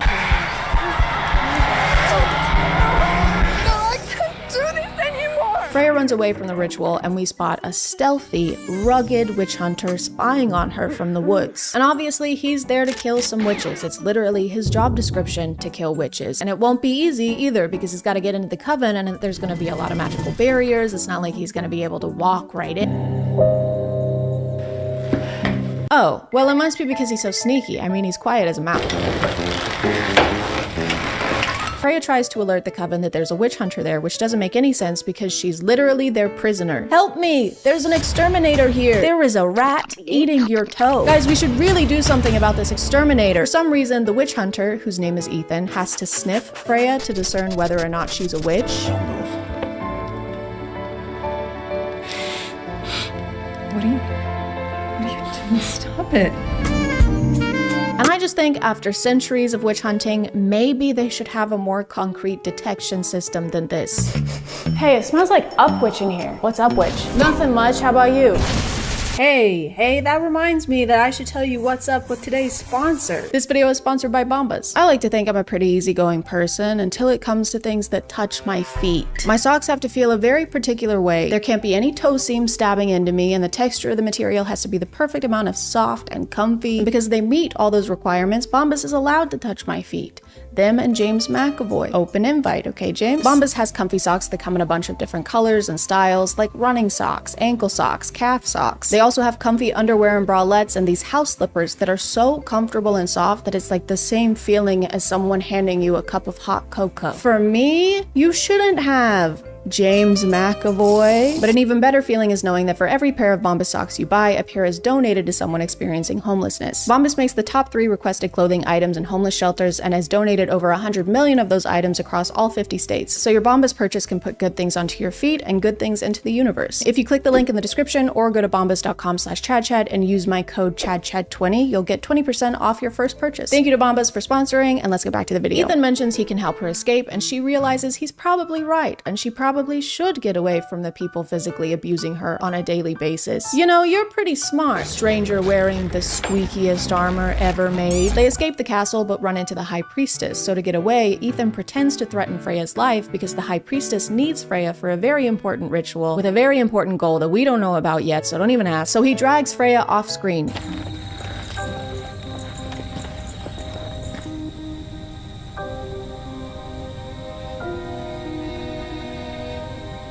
For a really long time. This is the point where I got very confused because everything we've seen so far tells us that this show takes place in a medieval era. Freya lives in a castle, Ethan has a sword, Freya wears potato sacks tied with rope, but as they reach the end of the woods, Ethan reveals his getaway steed. We're here. What is that? The car? A 2021 Porsche Macan. Apparently the Coven is in some kind of alternate dimension in the past and Ethan is from modern day, and all it takes to travel to this other time period is take a walk through the woods. The only conclusion we can draw from this is that Ethan is a really bad witch hunter. How has he not killed the entire Coven by now? And why is he using a sword instead of a rocket launcher? Not that I would condone that, it just seems more efficient, murder-wise. Ethan brings Freya to his home, which is a massive mansion, and he tries to recreate that meme about giving a Victorian child a sip of Baja Blast. Just a quick heads up, they do make references to alcohol in this show for literally no reason. There's no reason for it, but if that's something that you don't want to see, steer clear of this. this. You should go away now. I mean, I don't want you to go away, but if you don't want to see that, then you should go away of your own accord. Juice, tea, coffee, soda. I don't know what any of those things are. I think you like soda. He decides to give her Sprite as her first modern drinking experience and nearly kills her, but he realizes his mistake and gives her a glass of vodka instead. But don't worry, he tells her to drink it slowly. This one can make you stumble around like clumsy zombie though, so just drink it slowly. Freya finds a strange bottle on Ethan's dining table and he explains it's for witch hunting. Oh, what's this? Silverbane. It's lethal to lower witches. Burns their skin, breaks their magical defense, but it's harmless to humans or super witches. Guys, I wonder if she might be a super witch. Guys, what if she's not really a human and she's actually secretly the most powerful witch of them all? Nah, that would never happen. You're insane. You're fucking crazy. I also love that Silverbane is harmless to humans, but also powerful witches. If a weapon you use exclusively to hunt witches doesn't work on some witches, that's a bad weapon to use on witches, I think. You know what weapon affects all witches? A rocket launch. Ethan tells her that his parents passed away when he was a kid, and it's not important that we remember this because he's gonna remind us for the rest of the show. I passed away when I was a kid. I guess ever since my parents died, I haven't been great at talking to people. Parents. Freya needs new clothes since she's just wearing some of Ethan's right now, so they go to a luxury store to find some new fits. But for some reason, he didn't give her any shoes to wear. He let her walk through the parking lot like this. You couldn't stop somewhere and get her some flip-flops on the way. She's got her dogs out in the Gucci store. She's got her dogs touching the Gucci floor. They're not gonna let her into Gucci anymore. She ends up getting accosted by the store employee, which makes sense. Sorry, just I'll call you back. Excuse me. Hi, yeah, stop. Excuse me, can you cut that shit out? Excuse me, can you stop that? Stop that? All of that? The store employee does think that Freya is stealing, and then the store employee does attack her. You're not going anywhere! Oh, what are you doing? Stop! Leave her alone.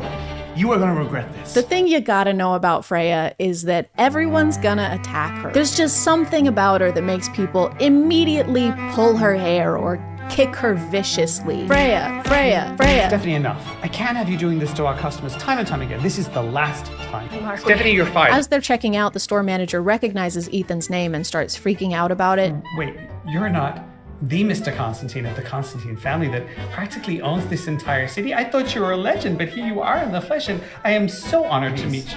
That's enough. Wait, you're not the Constantine, are you? I can't believe you're here in the flesh air of all places. We skip forward a couple weeks, and Freya is a full-time model now. I have some connections in the fashion industry, and I'm pretty confident they would sign you in a heartbeat if you would be interested in being the face of our brand. This job will basically allow you to try on any dress you want. You know how it goes. One week you're a prisoner in a medieval castle, and then the next you're Bella Hadid. It was so good. I can't believe I'm the face of this new brand. I can't believe it either. A more concerning update is that Freya really likes vodka. What do you want to drink? Vodka. Of course you do. She really likes vodka. Okay, whoa. You gonna give me that one?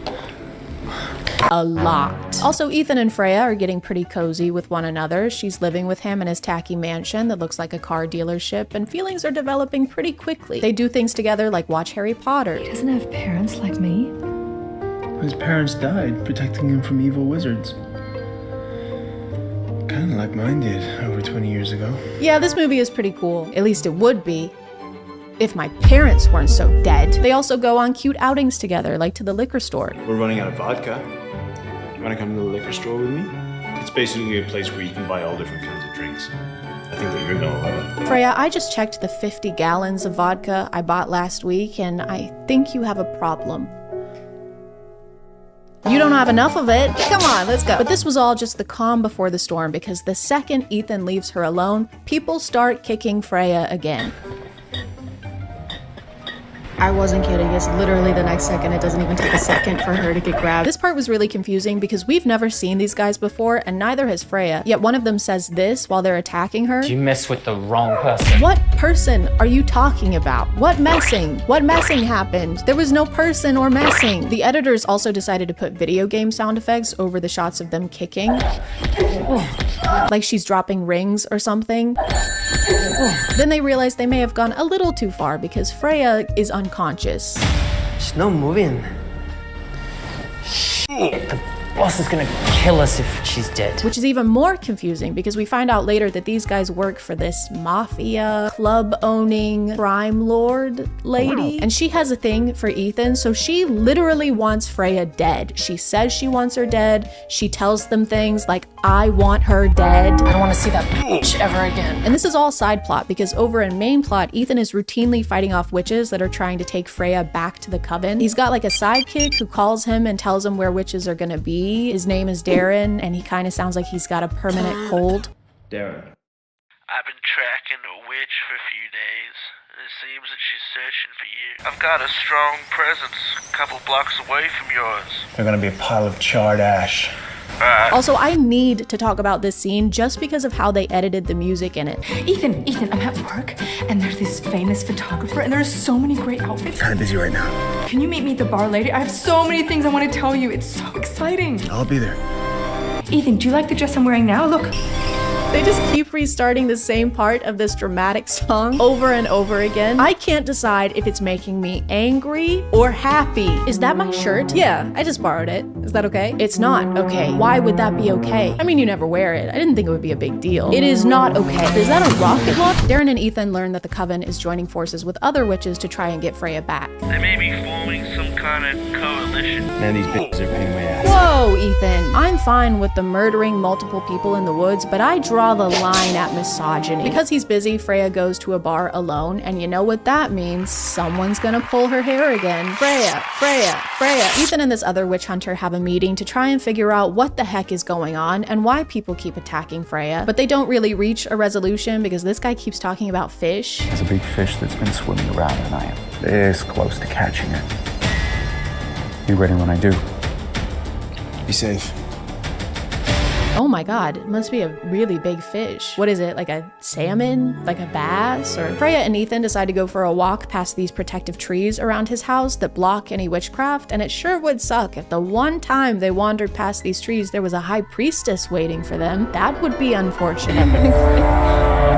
Ethan tries to defeat the high priestess, but she's just too powerful, and sadly, he dies. And say hi to your family. Actually, he's fine. He is dead.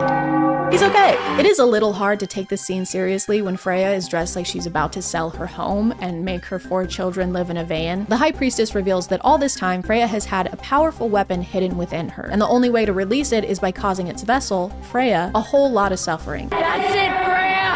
Unleash your rage! Which is why they were always performing those rituals on her. And they didn't work, but now that Freya has been kidnapped every time she leaves the house, kicked until all her rings are gone, and worked in the entertainment industry, she's finally suffered enough. Her powers are released and she defeats the high priestess once and for all.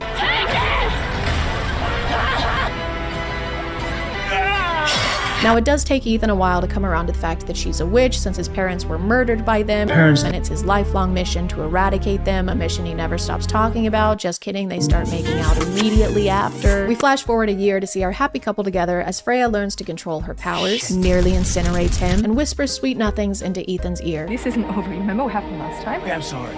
You should be, and you always forget. I'm sorry. Just stop apologizing with the same damn words. Okay, well, just accept my apology and I will stop apologizing. Oh my god, how did I ever fall in love with you? I'm sorry. Aww, they can barely stand each other. They never circle back to why the coven is in a different time period or how Ethan owns. Hey guys, and welcome back to My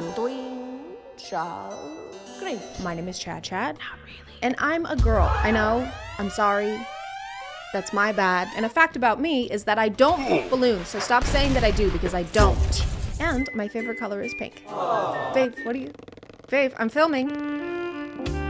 I know that this has been a rough year for everyone. The doubloon economy is abysmal. Bones has been taking all of my doubloons and giving them to strangers on the internet. You have to stop, Bones. We have nothing to eat for dinner.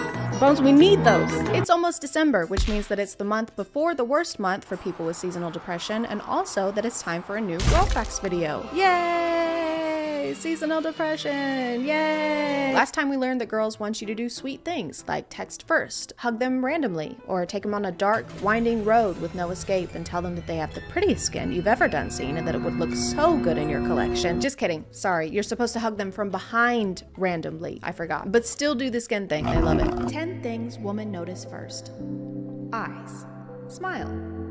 Teeth. So a face. They notice a face first. Not really exclusive to girls, just kind of a social norm. It would be weird to look somewhere else on someone the first time you meet. Hey, it is so great to meet you. Your name was Judith? I'm sorry, you've got just the most beautiful set of kneecaps. They would look great in my collection. Also height, hands, style, scent. You just listed every part of someone that someone can have. It would have been easier to say what girls don't notice at first, like whether or not he washes his hands after using the bathroom, or his massive propensity for gaslighting. Hair, voice, sense of humor. Is this a girl fact or are we drawing a police sketch? Height, like an inch, maybe? Hands, ball-ish, they're little balls. What was his voice like? He sounded like this. Is this him? That's him. That took all my doubloons.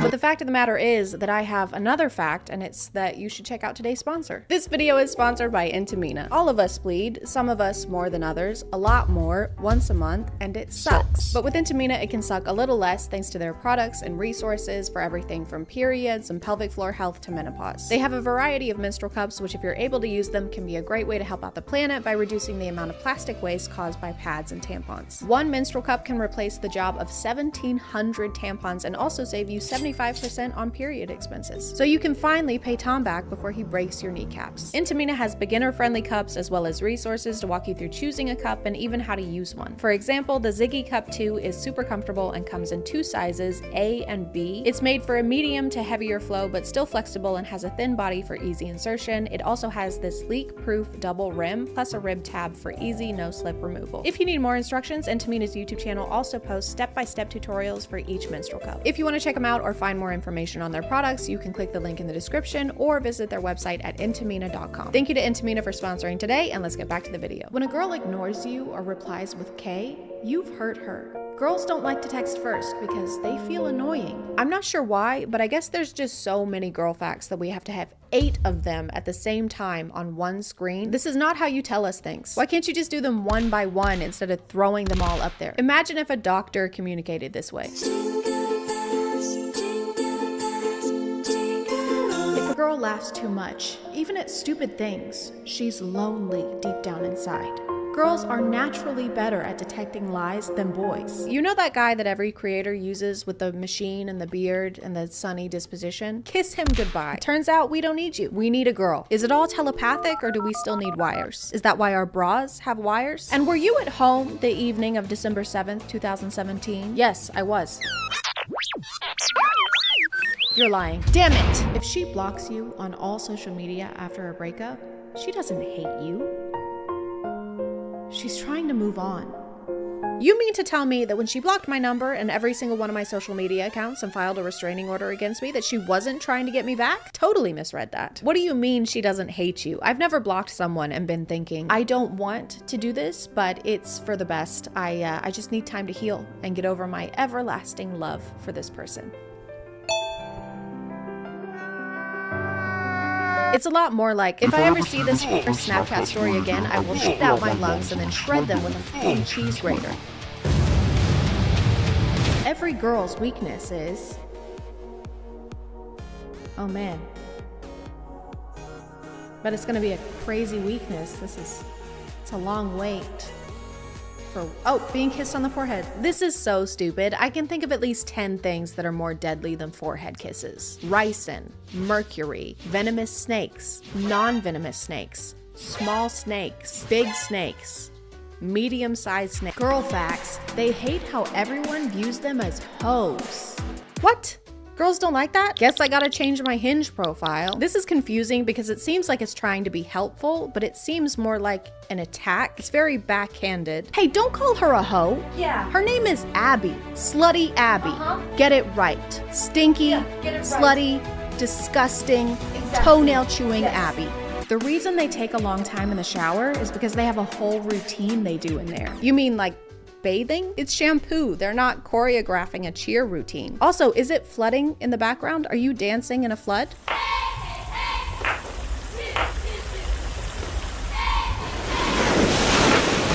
Every girl cheats, but if she likes you enough, you will never find out. What's really great about girl facts is that they are 100% facts and 0% bias. I'm not really surprised that these facts are based on nothing and have no basis, because I feel like this is how we've been taught information about girls since the beginning of time. If girls learn to read, their ovaries will turn into raisins and they can't have babies. Girls can't do math because it makes hair grow from their armpits. Therefore, they can't have babies. If you put a girl underwater and she breathes, she's a witch, but if she drowns, she's a girl and dead. So she can't have babies. Scary facts about women. A woman's heart is 4 times softer than a man's heart. When a woman cries, a small vein in her heart cute. When she goes through a depression, she's lost 72 days of her memory. 72 days? Oh my God, that sucks. RIP to people with depression. Hope you get to feeling better or whatever. Where am I? How do you know how many days you lose? Because say you're depressed for 1 day. That's how depression works. But what happens if you're only depressed for like an hour? Still 72 days? That's not fair. It's like PTO, but somehow worse and with more rules. Hey, I'm gonna need you to come in tomorrow. I can't, remember? What? Yeah, I requested a depression day tomorrow. No, I don't remember. I don't remember either. Most women lost a good man just because they listened to their toxic single friend's advice. This one feels a little targeted. Most women who are 5'6" and have brown hair drive an army green Jeep Patriot with beaded seat covers and tinted windows and have a bumper sticker that says "I love wieners," but the picture of the dog has faded from sun damage, so it just says "I love wieners," and won't give back their ex his completely platonic balloon collection, are missing out on a great guy. Girls, if you catch a boy staring into your eyes, he's not just staring at you.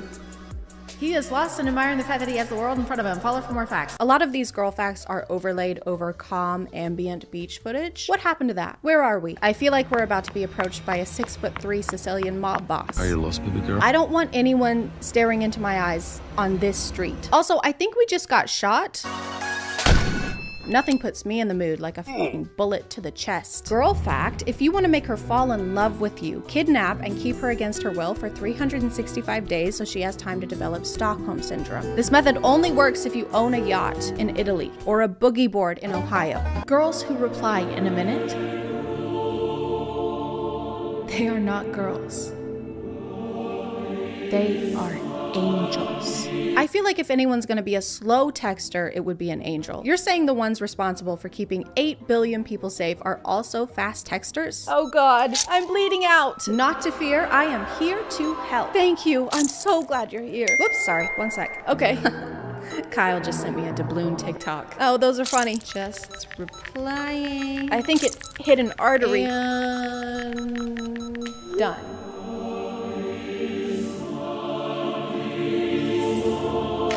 Girl code. Sorry, she isn't sorry. I'm sorry, she means it. Good night. Good night. Good night. She is annoyed. Oh, okay. Her heart is shattered. Okay, everything is good. Okay, something is really wrong. I'm fine. Definitely not fine. So if she says she's sorry, she isn't sorry. But if she says she's sorry, she is sorry. Write that down. These two are exactly the same text, but have different meanings. This is like if the dictionary only had 1 word in it, but every definition was different. Spelling bees would be a nightmare. Your glamorous is glamorous. Can I get the glamorous? A glamorous glamorous. The glamorous is glamorously. Okay. Ladies, you will appear instantly sexier to a man if you expose the skin of your neck in a subtle way. I can't tell if this was written by a vampire or a pilgrim. To attract the opposite sex, expose your neck skin. Then add salt, pepper, oregano, no garlic. If neck skin is arousing, does that mean that scarves are lingerie? Winter is coming, and so will your man when he sees you in our newest line of lingerie. Scarf me up. Get naked this holiday season with up to 50% off. Don't mistletoe these amazing discounts on large scarves, small scarves, medium-sized scarves, venomous scarves, non-venomous scarves. So far, none of these really make sense, but I think... Hey guys, and welcome back. Welcome back, Hey guys. everyone, Come on. thank you. Wow, thank Welcome you, back. thank you. Welcome. It's It's an honor to be back. A twinge of cringe. My name is ChadChad, and we've all heard of Wattpad, especially you. Yeah, you.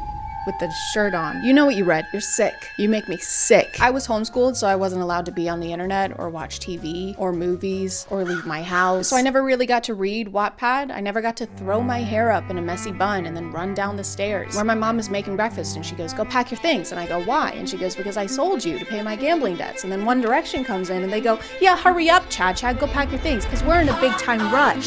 But don't worry about me, okay? Because now we have Wattpad stories on TikTok. I was scrolling on there the other day and got like 3 ads in a row for this show called Fated to My Forbidden Alpha. I reject you, Celine. Being rejected by an alpha must be brutal. I accept your rejection, Jackson. So obviously that is amazing, and I had to find and watch every single episode available by downloading a whole separate app and spending more money than I do on my monthly Hulu subscription. The show is like a werewolf fan fiction. In fact, I think it's based on one. It's kind of like Twilight minus the vampires and the After series minus the budget, which means that the werewolves want to do each other constantly. Every werewolf wants to do every werewolf everywhere wolf. Ow! This is Celine, by the way. She's the main character, and you can tell because everyone is unreasonably mean to her all the time. She's kind of got this Cinderella thing going on where she's mistreated and forced to do chores because her parents are dead. Meet me in my office, which I'm picking the shit up. Celine! Wine! That's just a mandatory thing when you become an orphan. They come to your house and they announce it like a sweepstakes. Congratulations, your parents are dead. How did you find out about that? That happened just like a second ago. Here's your duster, here's your Batmobile. What am I supposed to clean with that? The streets. But the hero everyone deserves is today's sponsor. This video is sponsored by Cool Shirts. If you've been admiring my shirt, that one, then I have some really good news. First of all, you have great taste, and second of all, you can have it too. Cool Shirts has this one, plus a bunch of goofy yet aesthetically pleasing shirt designs. Plus they've got pants, hats, accessories, motivational posters that you can put above your bed like this one. So motivating. I'm motivated. My graphic tee collection has been growing for the past couple years, and now thanks to Cool Shirts, it's growing even faster. If you like that one, then you might like this one, reminding you to get off your phone or your computer and go touch grass. But after you watch this video, because consuming online content is only okay if it's my online content. Their designs range from super colorful and bright to some darker ones, whatever you're in the mood for. Plus, a lot of them are good conversation starters, so you can have talks like, hey, I like your shirt. Thanks, it's from Cool Shirts. Yeah, I like how it fits and how it can be styled into an oversized look that okay, hey. Okay. I don't know you. All right. Sorry. You need to get out of here. Anyway, so if you want to check them out and get your own cool shirt, just click the link in the description and use code ChadChad for 10% off. Thank you to Cool Shirts for sponsoring, and let's get back to the video. After today, I never want to see you again. I've been waiting years for you to say that, Jackson. So we find out this scene happens after Celine turns 18, which is when you get your wolf, but also when you find out who your mate is. This guy is called Alpha Jackson, and it's very important that we put Alpha in front of his name every time we say it, or he gets really mad. And you wouldn't like him when he's angry because he turns into a really creepy guy who tries to kiss you. Why won't you call me Alpha? You jealous? Is that what this is? Okay, so I know what you're thinking. This is kind of familiar. Didn't Curtis Connor just make a video about this? And no, he didn't. You're kind of acting a little crazy right now. I don't know what you're talking about. This is the first video that's been made about this TV show ever on YouTube, so you're acting a little insane. You need to calm down. Also, me and Curtis, Creator Clash 3, let's go toe to toe, finger to finger. That's all I'm gonna say, okay? Enjoy the video. The first video about this TV show on YouTube ever, starting now. Go. Alpha Jackson and his fiance are horrible and mean to Celine. They make her bathe with a bucket. Where are you going with that? Just trying to shower. Not a bucket and a mop. Just the bucket. They also like to remind her she's an orphan, you know, just in case she forgot. Know your place, Celine. You're an orphan. Hey, when you're done wiping down that mirror, can you please remember that your parents are gone forever and you have no support system? I already did that this morning. Gonna need you to do it again, so hop to it. The show wants to make it very clear to us that every alpha in this universe is super rich and comes from old money. In a world where werewolf packs survive on centuries-old fortunes, a fragile peace treaty is about to shatter. How was that? Was that good? I don't know how they got their money since werewolves are burned by silver. So that's kind of like if Jeff Bezos was allergic to wire transfers. Ow! Ow! Stop sending me money! Stop using Amazon, guys. please. Everyone has a title that precedes their name, so it's Alpha Jackson, Luna Tiffany, Orphan Celine. By the way, guys, Celine is an orphan. Don't forget that, please. And my personal favorite. Sorry for interrupting.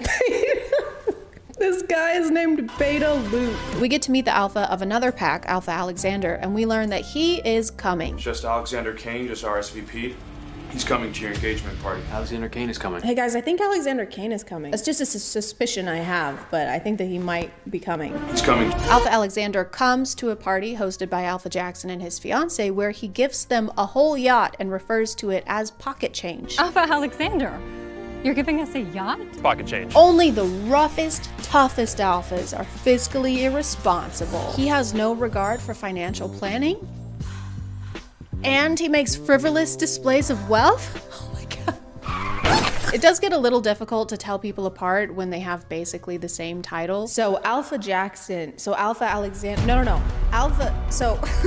and Celine realize that they are love mates, and so she's finally free of Alpha Jackson and his fiance's cruel, weirdly sexual treatment of her. Alpha Alexander sees Celine lugging a trash bag over her shoulder, and he's like, that's what I want. She's stinky, and I must have her. Tiffany tries to slap her again, Jackson tries to make her stay, and both times Alexander comes swooping in to save her, all heroically. We're leaving. No. He puts his jacket over her at some point when they're both inside and she's fully clothed, which I guess is a nice gesture, but it just makes the situation seem much more serious than it is. No one is ever gonna hurt you like that again. Here, put this on. You know, I don't think they gave me the wrong dipping sauce on purpose, so it's really okay. Put this on too. Plus, I'm fine with signature sauce. I mean, it's signature for a reason, right? I'm gonna take care of you now. Thank you so much. Throughout the show, the alphas have this impossible task of looking super cool in every shot, no matter what they're doing. Even if they're just coming into the room, they'll start leaning on something, or if they're sitting down, they'll do this hand thing. So this is my mate. Fatherless, motherless. Your parents are dead. And the camera angles don't always help them out with that. It's hard to feel intimidated when the camera is elevated and making the alpha's head 5 times bigger than his feet. If you ever touch my girlfriend again, I'll bite your toes off. I didn't. I just gave her some dipping sauce. You dipped her in what? No, not like that. I just mean, ow. We learned that Alexander is the alpha of the largest, most powerful pack in America. You are aware I'm the alpha of Nightwind, the biggest pack in the States, right? Of course. The alpha of Nightwind, the biggest pack in the States. I bet he's also packing the biggest wolf in the States. She pack on my wolf till I... She wolf on my pack till I... She wolf on my wolf till I... Pack. I pack. She packs. I give up. She pack on my wolf till I howl. It was right fucking there. That's embarrassing. So he shows Celine his massive mansion, which we don't get to see. Use your imagination. Is that And Celine reveals the most horrid form of torture that Jackson and Tiffany inflicted on her, never letting her try fried chicken. It always smelled so good when Tiffany took some home, but they never let me try it. Those monsters. They get a bucket of KFC, and while she's eating it, he starts to talk dirty to her. Do you understand our mate bond? How it makes you feel? What makes you want to do? Let's go home. She has fried chicken in the corner of her mouth during this conversation. Babe, the way you're eating that chicken breast like a fucking idiot gets me going. Don't stop, I'm gonna crumb. Crumbing. We actually find out that both of them are virgins. Fucking losers. And this isn't important to the plot at all. It's just there to add tensions and also so that both of them can talk to their magic mirror wolves. It's me, Lila. I'm your wolf. My wolf, Lila, you're here, you're my wolf. Yes, Celine. And it seems like the only purpose of the wolves so far is to act super horny and help them get laid. Do you not like him? I do. I mean, I don't know him, but there's something about him. That's your mate bond. And the only way they can talk to them is through these mirrors, so it's like a version of Bloody Mary. Bloody Mary, Bloody Mary. Hey, what's up? This guy just got me a bucket of chicken. Oh, he wants you. I know, so bad. I'm gonna talk to him. Okay, just remember to wear something sexy, like a white nightgown covered in blood. You better be thinking about how dead your parents are. I am! The second half of the show is much, much worse because they start to kiss a lot. And I don't like that. The sound when they're doing that is like those rubber hand party favors. You're back. I swear to God, if she gets pregnant with a little wolf baby, I'm gonna lose my shit. Alexander has a sister and she only exists to ask the main characters questions to get them to talk about how they're feeling, but she was not the right character to choose for the types of questions they have her ask. After every night that they spend together, she'll come to Celine and ask weird questions like, how's Alexander?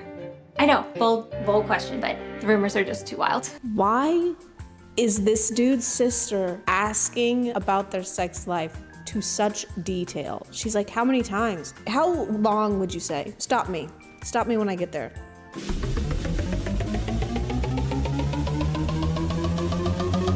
Celine ends up visiting her old home, and Tiffany, who is pissed because her fiance still clearly has a thing for Celine, poisons her in a very clever, very secret way. I come in peace and with drinks. If you're gonna poison someone, do it in like red Solo cups. Don't use medieval chalices that Romeo and Juliet would have used in Act 5. To prove that she didn't poison Celine's cup, she goes, what? You think I poisoned your cup? You know, like an unsuspicious person. Okay, your exhaust pipe is fixed. Great, thanks. What, you think I put a bubble machine in it? Why would I think you— Good, because I didn't do that. You know what? I'm out of here. Yeah, get out of here. You need to stop throwing crazy accusations around. Celine cannot be tricked though, okay? She is sharp as a whip. She's not gonna fall for that. Just kidding, she does fall for that. She falls for that almost immediately. Alpha Alexander can feel his mate's pain through their love bond and comes to her rescue by finally transforming into a strong, terrifying wolf.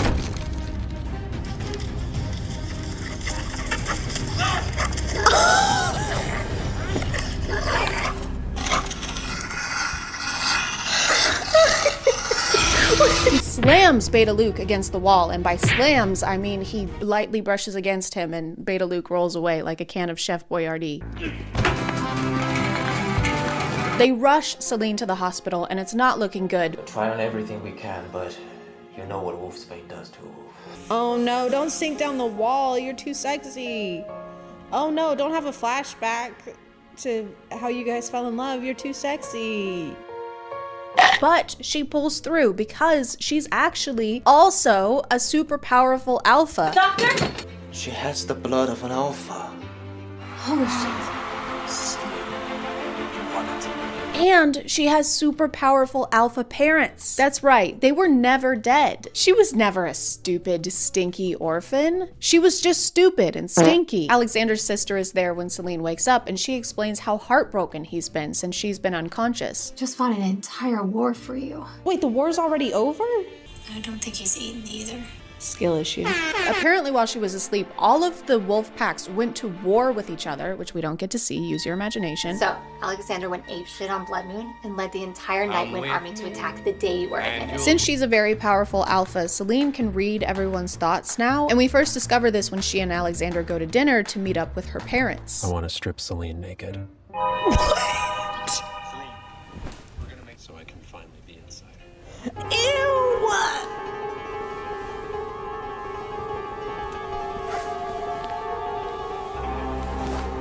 I don't want to do this anymore. He just fully starts fantasizing about his partner who's reuniting with family she was stolen away from, and then they leave almost immediately. Celine, are you okay? Maybe we should go home. You want to reunite with your parental figures. How about we reunite our figures away from your parentals? Look at the chicken, look. Come on, let's go. Now that everyone is happy, no one's parents are dead, everyone is rich, Celine and Alexander get married. Yes! And she immediately gets pregnant because of course she does. You think that Alexander Jr., AJ. I swear to God, if she gets pregnant with a little wolf baby, I'm gonna lose my shit. Don't tell me you need to shower.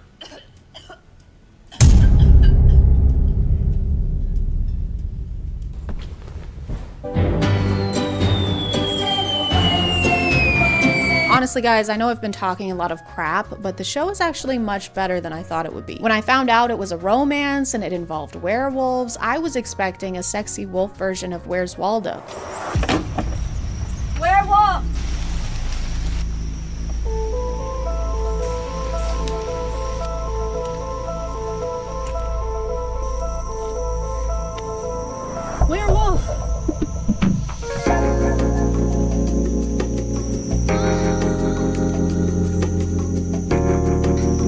Oh yeah.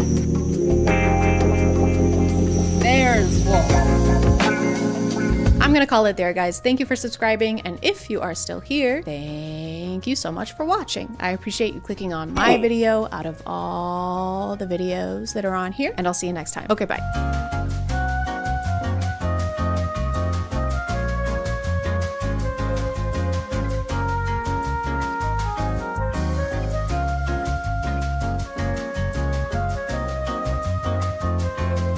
Hey guys, and welcome back to A Twinge of Cringe. My name is ChadChad. Not really. And I found another really cool alpha podcast. It's my alpha podcast. Every week, I'm gonna blame 100% of my problems on 50% of the population, say a bunch of words that I think make me sound smarter, but in reality have as much meaning as the final paragraph in a research paper. Basically, the more partners a woman has, the less likely she is to have a happy marriage. And so I think that's why historically we've always protected women and tell them to not be outside of marriage, because the bond is so strong for women because we release a hormone during that men don't. In conclusion, do not engage in the dirty and squirty. A study found that 169% of women that did the dirty and squirty before wedlock were 420% more sad, mostly because during the act, women secrete hormones glue that bonds them to their partner. It is a huge mess, so ladies, stop being such sluts. I'm just kidding. I don't have a podcast yet, but this person does. And this time it's a little different because the alpha in question is a woman. What are your thoughts on Andrew Tate? I think he speaks a lot of truth, and a lot of women don't want to hear it. Oh, if you sleep around, that is not attractive to guys. They don't want you to know that you age out of the dating marketplace. So we have friendly fire. There's some espionage. It's kind of a Benedict Arnold situation. Guys, is it just me, or are the British kind of slaying right now? You're right, they're slaughtering us out there. No, I mean, they're killing it. Yes, we've lost half our men. I'm gonna switch teams. Wait, are you betraying us? Losing a war is so beta. I've been shot 5 times. I'm not gonna be on the same side as a bunch of soy boys. I've seen a bunch of stitches to her videos this past week, but had a lot of trouble finding her TikTok because apparently they keep deleting it. They banned account number 3, but you can't get rid of me, baby! Yeah. You can't get rid of me, baby! Account number 4! Account number 4! But her YouTube is still up, and she goes by Just Pearly Things, which is kind of a weird contradiction. Imagine you're strolling on the beach with the waves crashing gently. You find a clam and you pry it open to find a beautiful, sparkling pearl. And then it starts spewing misogyny at you. You would look so much better if you smiled more. Don't be such a beach. The reason that I think feminism is a hate group is because oftentimes the things that they advocate for are at the cost of men. I saw a lot of people this week labeling her as a pick-me. And to everyone calling me a pick-me, I'd rather be a pick-me than a skip-me. So yeah. If you want to call me a pick-me, call me a pick-me. Bye. Which, if you don't know what that means, it's basically a woman who tries to separate herself and make it clear that she's not like other girls. Because other girls suck. They wear short skirts, I wear t-shirts. And then they say mean things to me, like you can't only wear t-shirts and your genitals are showing. Like, what? If you'll look at these titles, most of them reference modern women a lot and in a negative way. Because as we all know, modern women want rights and stuff, and that's bad. Modern women blame everyone but themselves. Modern women cannot be helped. These women put men in jeopardy. Just come with me right over here. Where are you taking me? In jeopardy. What is jeopardy? Correct. The only women we like are old-fashioned ones that don't show their ankles and churn butter. She wears long skirts. I wear long skirts because it's 1775. T-shirts haven't been invented yet, and neither has today's sponsor. This video is sponsored by Raycon. Raycon offers quality audio products at half the price of other premium brands without sacrificing sound or comfort. I have Raycon's everyday earbuds, which have over 50,000 5-star reviews, by the way, and they're super comfortable thanks to their optimized gel tips. These come in a few different sizes, so you can change them out until you find the perfect fit for you. Then they won't slip or budge no matter how much butter you're churning.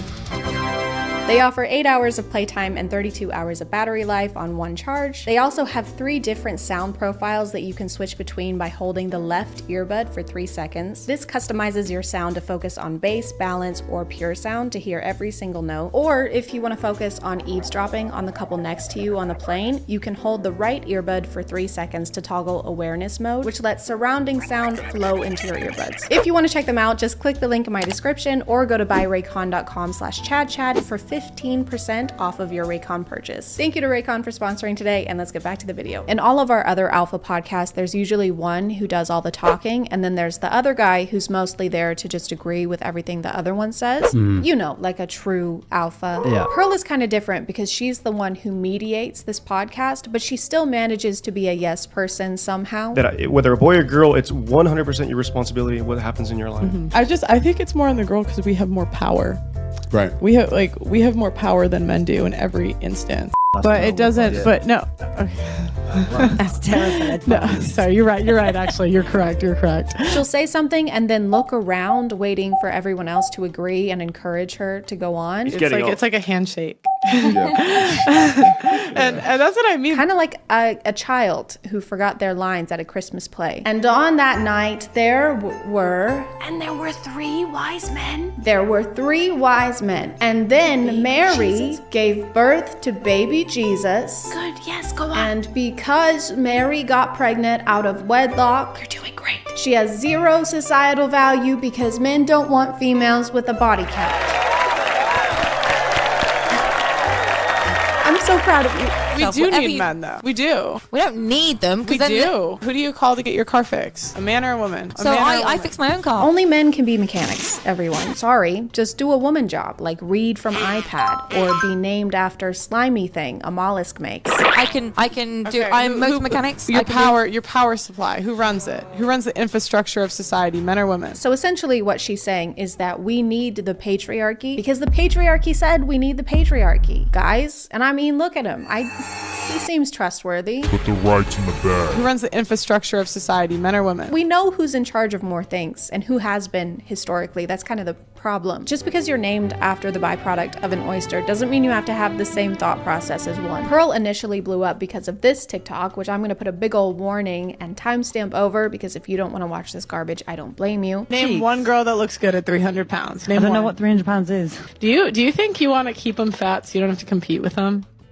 Ooh. Lucky for you, there's a lot of girls plumping themselves up right now. I'm motivating them to get on the treadmill. Look at it. If you love someone, you tell them the truth. So not only is she an adult iPad kid, she's also a fat-phobic adult iPad kid. I'm going to be talking about Whale Attack Part 2 for talking about whales. And you're still a whale. Like, I can't. She refers to plus-size people as whales multiple times on her account because she just cannot stop thinking about the ocean. It's ingrained in her gastropod brain. She hasn't had a Krabby Patty in years, guys. Cut her some slack. She's homesick.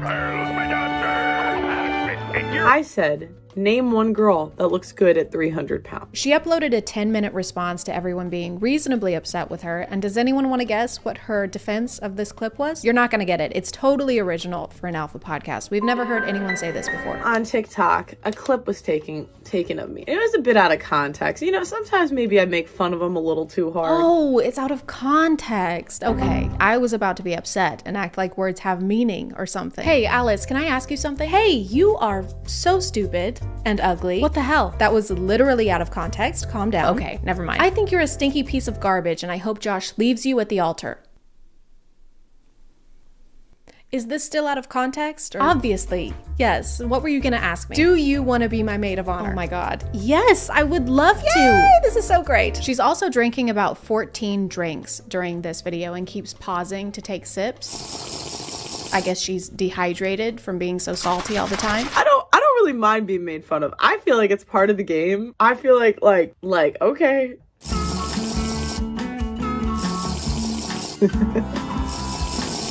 I don't know if they're supposed to make this seem like more of a casual little vlog, but it's not translating that way. I know you're all insulting me because I insulted you first, but I could not care less.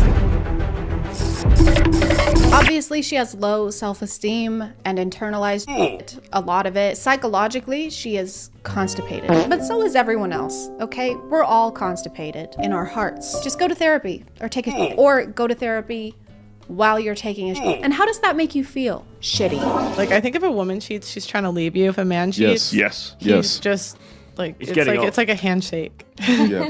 Why is the exposure turned all the way up in these clips? We need to get their editor over to the House of Dragons team. We can't see. We must insist you turn the brightness up. You can absolutely sleep with a woman who you may find very attractive and very sexy and everything else, but your heart is still completely with another woman. I'll explain to you like this. Hey, I wonder if this guy has ever cheated on a partner before. Do you think he's cheated on a partner before? Because I don't think he has. Your Honor, really, when you think about it, as a man, I am biologically prone to setting that building on fire. Now, if I were a woman, then this would be arson, yes. But when I do it, it's just like lighting birthday candles. I think women are just more emotional. Yeah. True, yes. Like women are more likely to wage war.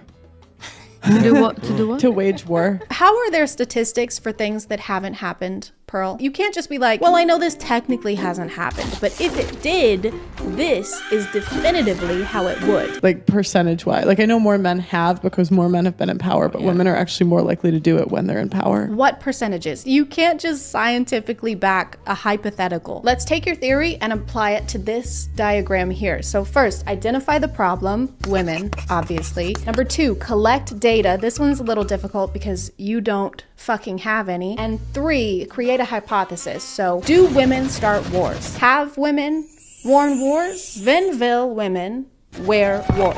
Like, I feel like a lot of problems would be solved if we got rid of birth control and social media. What do you think is the biggest challenge for women when it comes to social media and what they see on a daily basis? I think it inflates like women's ego. So like I think a lot of times we think we're hotter than we are. I don't know if they don't have Wi-Fi in Bikini Bottom, but this is famously the opposite effect of social media. Are you saying that you scroll through Instagram just thinking to yourself, you know, I was feeling pretty self-conscious, but now that I've seen all of these unattainable beauty standards, I'm feeling a lot better. I think it inflates like women's ego. No matter what they're saying, they use this same sad piano track in the background of every YouTube short. I think that modern women are impacted and influenced. And they don't even pay for it. You can hear the watermark playing over and over and over. It's influenced. It's influenced. It's influenced. You guys can afford 21,000 microphones, but not a single copyright-free track. Women can camouflage their entire bodies like chameleons, and they communicate with satellite dishes that pop out of their... And if you don't believe me, I'm going to repeat the same thing, but with Piano Sonata number 9 in F major. Women can camouflage their entire bodies. The modern woman is a walking contradiction. Generally narcissists, and they are the first women in, I think, probably most of history that they tend to destroy what they love and chase what they hate. Are we certain that you're describing women and not one of the villains from Scooby-Doo? And I would have gotten away with it too if it wasn't for those meddling alphas with their sure SM7Bs. Thank you. They have a number of things they want, but generally I think the modern woman doesn't want to love. I think the modern woman wants to feel more than anything. She doesn't want to love, she wants to feel, because love isn't a feeling anymore, I guess. I like how they talk about women as if they're an entirely different species. Even Pearl, they act like they have women in glass cages that they've been studying. Test subject 3008 is still maintaining the sleep schedule of an anxious barn owl. Subject constantly complains about recurring sharp pain in random parts of body, but would rather tempt death than drive to a doctor's office. Subject also continues to eat a bowl of birth control and milk every morning while reciting some sort of ritualistic chant.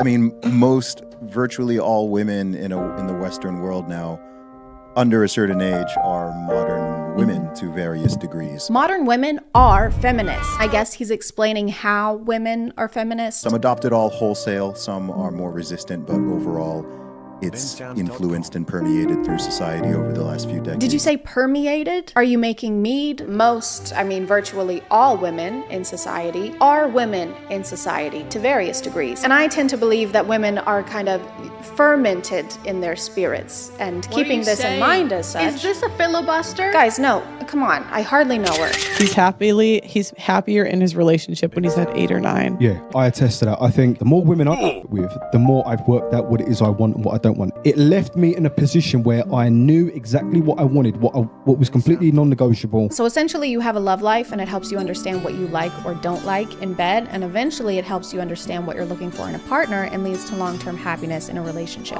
If you're a guy, sorry, did you think I was, no. If you're not a guy, you lose 25% of your value every time a dick passes you in the street. Usually in a time of crisis, that's when our natural selves come out. That's why when crisis hits, women start to do household chores.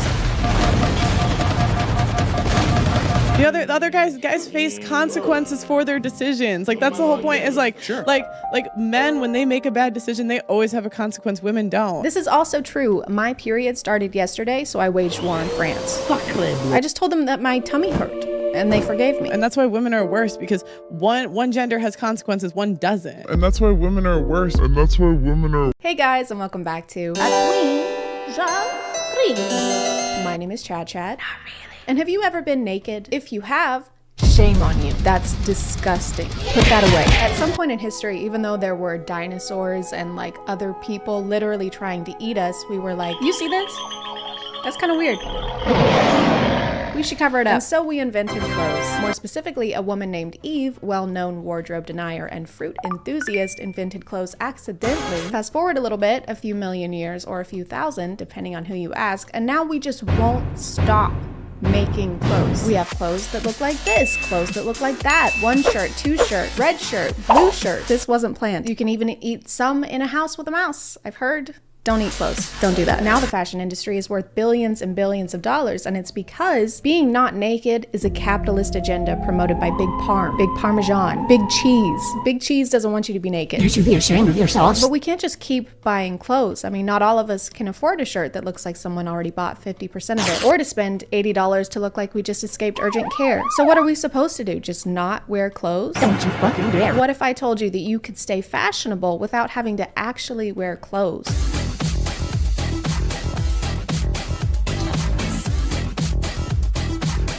We already have virtual work and virtual school, and everyone loves everything about those. There's no issues with them at all, so why not throw clothes into the mix? There's this company called DressX that's been doing some pretty interesting advertising on TikTok. My name is Chicka Chicka Slim Shady. Go! You may have seen some of their biggest hits featuring Water Dress. But this is a real find. Which is not a film about a young boy who finds a sentient mythical dress in a Scottish lake, unfortunately. Their hook is basically, hey, do you like buying clothes without having to try them on? Well, what if you never got to try them on? But something you can try and also enjoy in real life is today's sponsor. This video is sponsored by HelloFresh. I'm a big fan and have been using HelloFresh before they even reached out to work with me. They deliver quality ingredients right to your door in less than a week with a bunch of different meal options, including 30 dinner recipes. You can pick and choose each week from their seasonal recipes or their veggie and pescatarian options. For me, it's a huge time saver because I don't have to go shopping for separate ingredients and end up forgetting one or four. HelloFresh is also the first carbon neutral meal kit company, with nearly all of their packaging being recyclable, and they can help cut down on food waste at least 25% thanks to pre-portioned ingredients. So you save by not buying too much food and it going bad when you forget about it, like these potatoes that have been sitting on my counter for 2 months. I've been wanting to eat less meat, but haven't had time to plan meals or do research about plant-based options, so I've been trying out the HelloFresh veggie meals, and it's been super easy. That's actually what I'm cooking here, is this vegetarian quesadilla. It was quick, really simple to make, and tasted amazing. If you want to check them out, just go to HelloFresh.com and use code ChadChad16 for up to 16 free meals and 3 surprise gifts. Thank you to HelloFresh for sponsoring today, and let's get back to the video.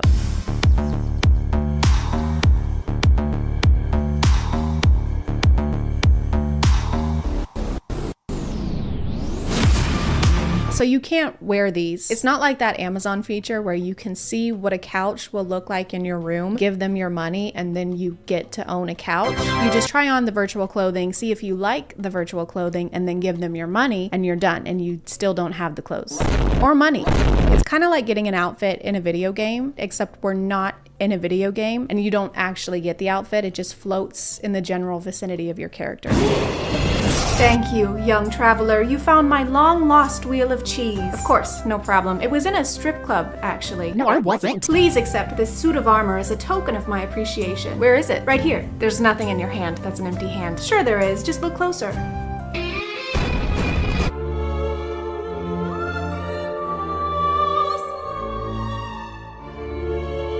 Now this one actually looks really good because I can see the appeal of looking like someone would use you to mail a porcelain doll. Apparently you're not supposed to use these for videos, even though this TikTok account exclusively advertises by showing these clothes in video. You're technically supposed to use them for Instagram pictures or any kind of pictures because that's when they look best, which I don't think is a great selling point. You are gonna love our virtual clothing line. It's gonna make you look beautiful, but I swear to God, if you move a single muscle, everyone advertising this company on TikTok is basically saying that it's okay that these look choppy and bad because they're for pictures. But if you freeze a frame on any of these TikToks, they look nothing like the final product pictures they're showing, which makes me think the company or they are editing the clothes onto themselves and changing the lighting and the size to make it actually fit. But do you know what else you can edit to fit yourself using Photoshop? Literally anything. You can edit yourself wearing a paper towel roll with a necklace made of thumbs, and I will actually do that, and I will put it here right now, and it will look incredible, and it will have also been free. Some of you might be thinking, shut up, Chad. I don't mind buying a couple Snapchat filters, but worse, to up my Instagram game. What can they be? A couple bucks? I mean, they are digital, which means that they can be reproduced a limitless amount of times, and there's no production cost after the initial design, so the prices should probably reflect that. First of all, never tell me to shut up again. And second, no, they cost just as much as real clothes. The water dress that we saw earlier is only $120. What a steal. Actually, they're stealing from us. This is theft. Would you still like to purchase this $7 million BMW with a custom paint job?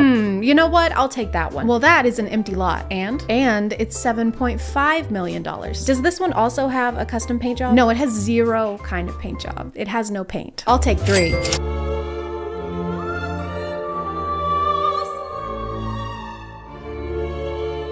This one is called the Oracle dress, and it's $110. It's called that because after you put it on, you begin to prophesize that you just wasted $110. This one is also really good for first dates. Thank you so much for agreeing to pay the bill. You really didn't need to do that. Oh no, it's my pleasure. Let me just grab my card. Sure. One sec. Let me just... Oops. Hold on. Hang on. Do you need help? Hold on. You know what? I can just pay for it. It's fine. Would you? This dress costs half my rent. If looking like a tall R2-D2 isn't enough, you can also accessorize your look with digital earrings and purses.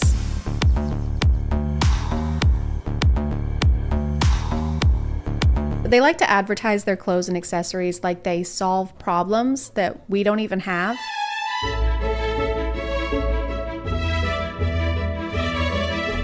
No pierced ears? Now you can wear earrings sometimes, very few times, exclusively in front of your phone, and they're more expensive. They also want us to believe that we can't tell when the virtual accessories are virtual.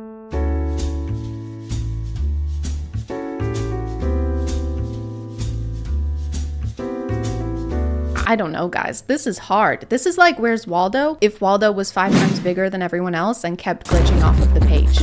It feels kind of insulting that they think we can't tell when these are virtual. I can't tell if they're gaslighting us or if they just think we're stupid. Guess which one of these are real? That one. Nope. Okay, then that one. Wrong. Neither of them are real. And that's counterfeit. That's counterfeit. No, it's not. It's not counterfeit. R2-D2, guys, cuff her. They've also single-handedly saved the environment because by selling virtual clothing, they aren't feeding into fast fashion or getting thrown out into landfills.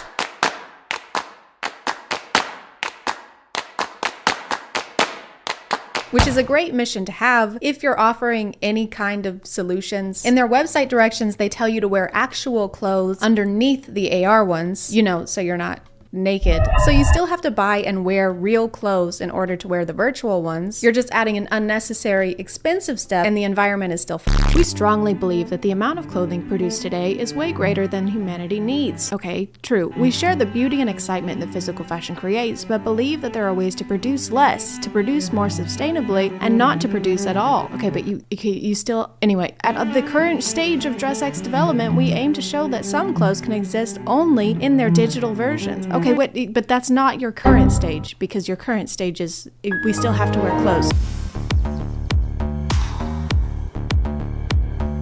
Digital clothing emits 97% less CO2 than physical clothing. But you know what does the exact opposite of that is NFTs, because they also sell those. You know, the things that are notoriously good for the environment. That's what NFTs stands for, actually, is notoriously good for the environment. They conveniently don't mention that part of their business model on TikTok, and I found out about it through their Instagram, where their advertising continues to be weird.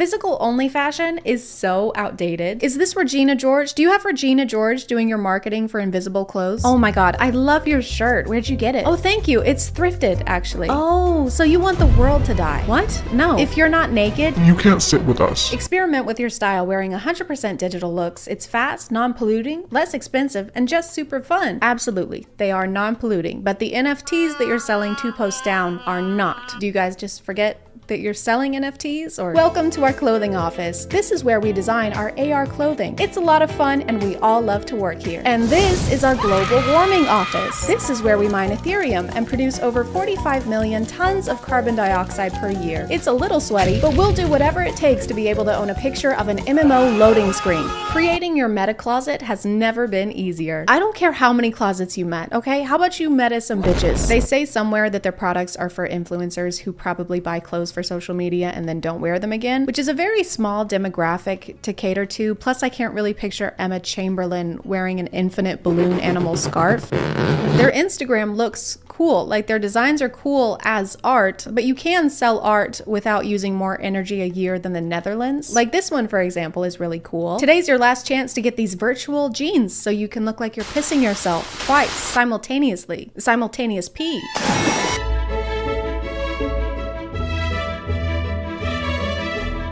This fashion style is very Hunger Games capital-esque. This one is like if Effie Trinket fell headfirst into a coral reef. If you're watching this in 2050, I'm so sorry. Coral reefs were underwater ecosystems that were pretty important to marine life before companies destroyed them to mine Ethereum, which is not the mineral from Pandora, but it's a real, not real thing that doesn't exist that we use to pay for other things that also don't exist. Hope that clears things up. So like I said, Colonel, we are approaching TikTok Island. Praise the gods, Captain. I thought we'd never see land again. Hoist the sails! Colonel, take a look at this. What is it, Captain? They're dancing. Dancing? Poorly. Well, it's not a crime, Captain. They're shirtless. All of them? Every one. Well, it's also not a crime. Perhaps it should be. Take a look. Well, that one's not shirtless. Now he is. Alas, I fear we are not equipped to survive such an environment. Nonsense, Captain. You think we can't handle these creatures? They couldn't even find the beat after Beyonce sneezed on it. Alas, I fear we are not. What do you keep saying, Captain? Are you saying Atlas? Atlas? It's alas. Not. This video is sponsored by Atlas VPN. Atlas VPN is a tool for all devices that encrypts your data and hides your IP address from advertisers, hackers, and internet service providers. Basically, everyone trying to use your information to make money. Right now, Atlas VPN is having a discount on their 3-year deal for just $139 per month and with a 30-day money-back guarantee. You know how you looked up sleeping bags in 2016 for a camping trip your family was forcing you to go on, and now the internet thinks you're an avid camper who needs a portable handheld bidet? Atlas VPN can help with that. Atlas VPN's data breach monitor feature can also tell if your personal information was exposed in any past breaches. All you have to do is insert your email address and Atlas VPN scans the internet to see if your sensitive info ended up in any data dumps. You can also use Atlas VPN to stream any shows that aren't available in your location. Just open the Atlas VPN app, connect to the country you want to unlock, like the UK, log in or reload your streaming service, and now you have access to shows like Brooklyn Nine-Nine and Misfits. This huge discount won't be here for long, so be sure to click the special link in my description box and get your 3-year deal for $139 per month and the 30-day money-back guarantee. Thank you for listening, and thank you to Atlas VPN for sponsoring this video. Captain, you need to see this. Now turn the ship around. We're leaving. Hey guys, and welcome back to My name is ChadChad. And today we have less a twinge, more a bucket full of why does this person have 6 million followers on TikTok and isn't currently maybe being investigated? Kind of cringe. You may recognize this guy. He's been making his rounds on TikTok and not for good reasons. If you were like me and you saw any of his content before the past week or so, I'm so sorry. At some point last week, I think he privated his account in the hopes that less people would talk about his content. But here we are. Where there's a will, there's a way. And where there's deleted cringe, there is a Reddit thread. It's hard not It's hard not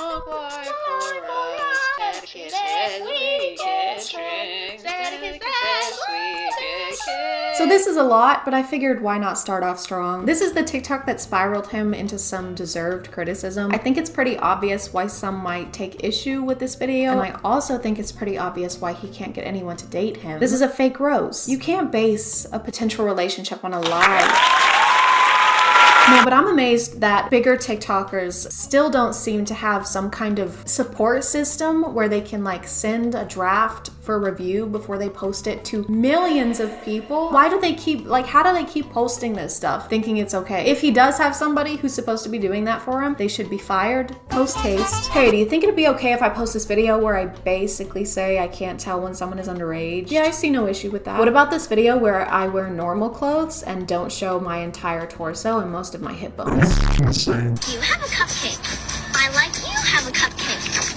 Smack my ass like patrol. Did you think the first TikTok was bad? Don't worry. He made it way worse. This TikTok has obviously been deleted since then. Based on the time it was posted, I think it was supposed to be like a joke response to the people criticizing the initial TikTok, saying it was inappropriate. So instead of acknowledging that he made some people uncomfortable and that it was made in poor taste, he doubled down, made this video, and got his account suspended, which is like jumping out of the frying pan into a bigger, angrier frying pan that suspends your TikTok account.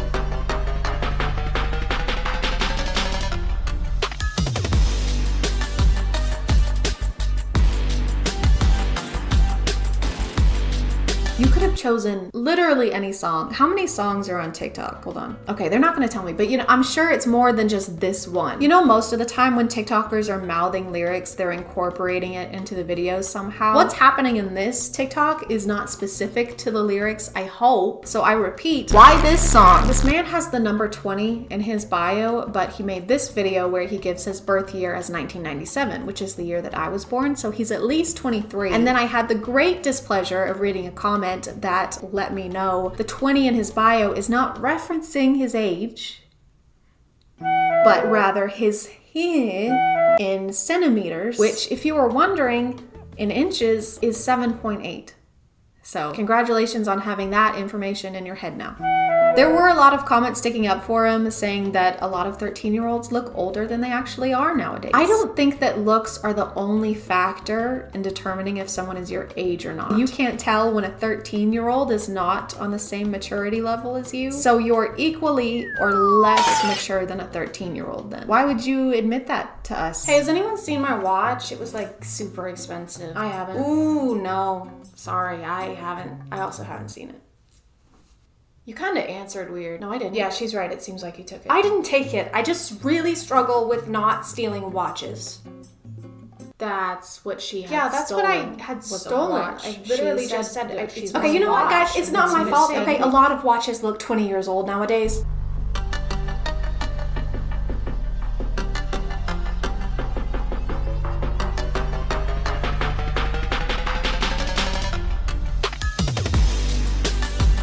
This is basically what you were missing out on the suspended account, just variations of this video, which is such a strange thing to continue doing. Like, okay, yeah, first time you were trying to make a hot TikTok and you just happened to only have a hairband around, but then you kept choosing it. These do nothing. They're going to thrust my alleged 20 centimeters in the air so hard that I forget how to make normal human faces, and you are going to be swept off your feet by that. Why would that sweep me off my feet though? It's kind of gross. Because I'm paying you, Garetta.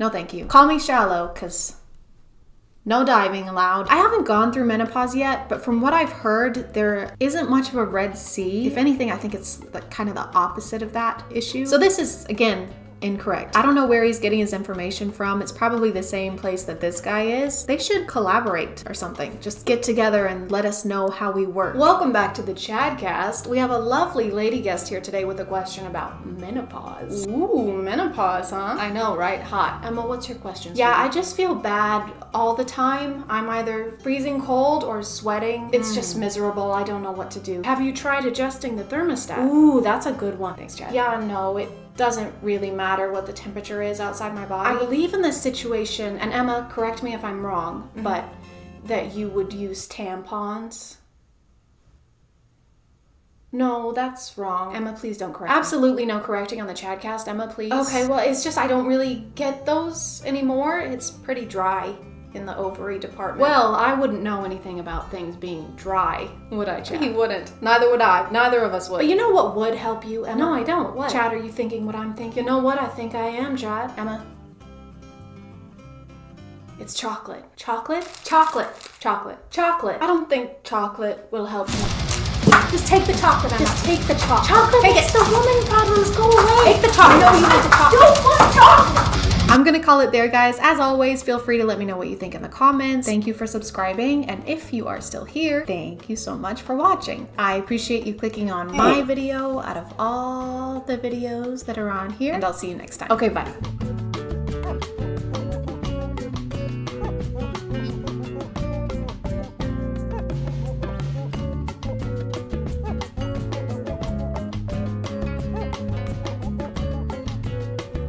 Hey guys, and welcome back to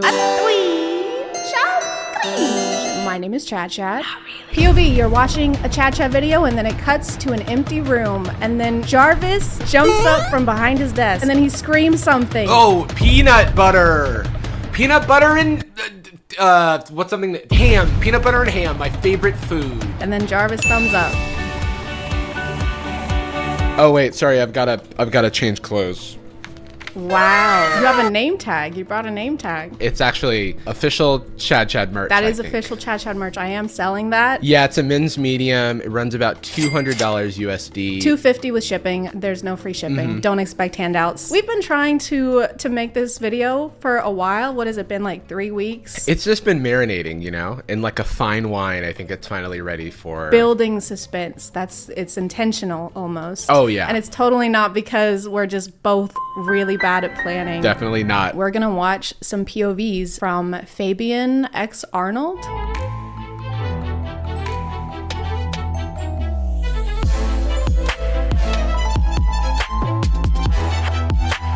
So this guy's specialty is, I guess we'd call them neighbor POVs. The POV is that he just had the best date of his life. He's leaving his own house. He foresaw that this is going to be the best date of his life. That's just a small detail that they didn't include, is that he's actually psychic.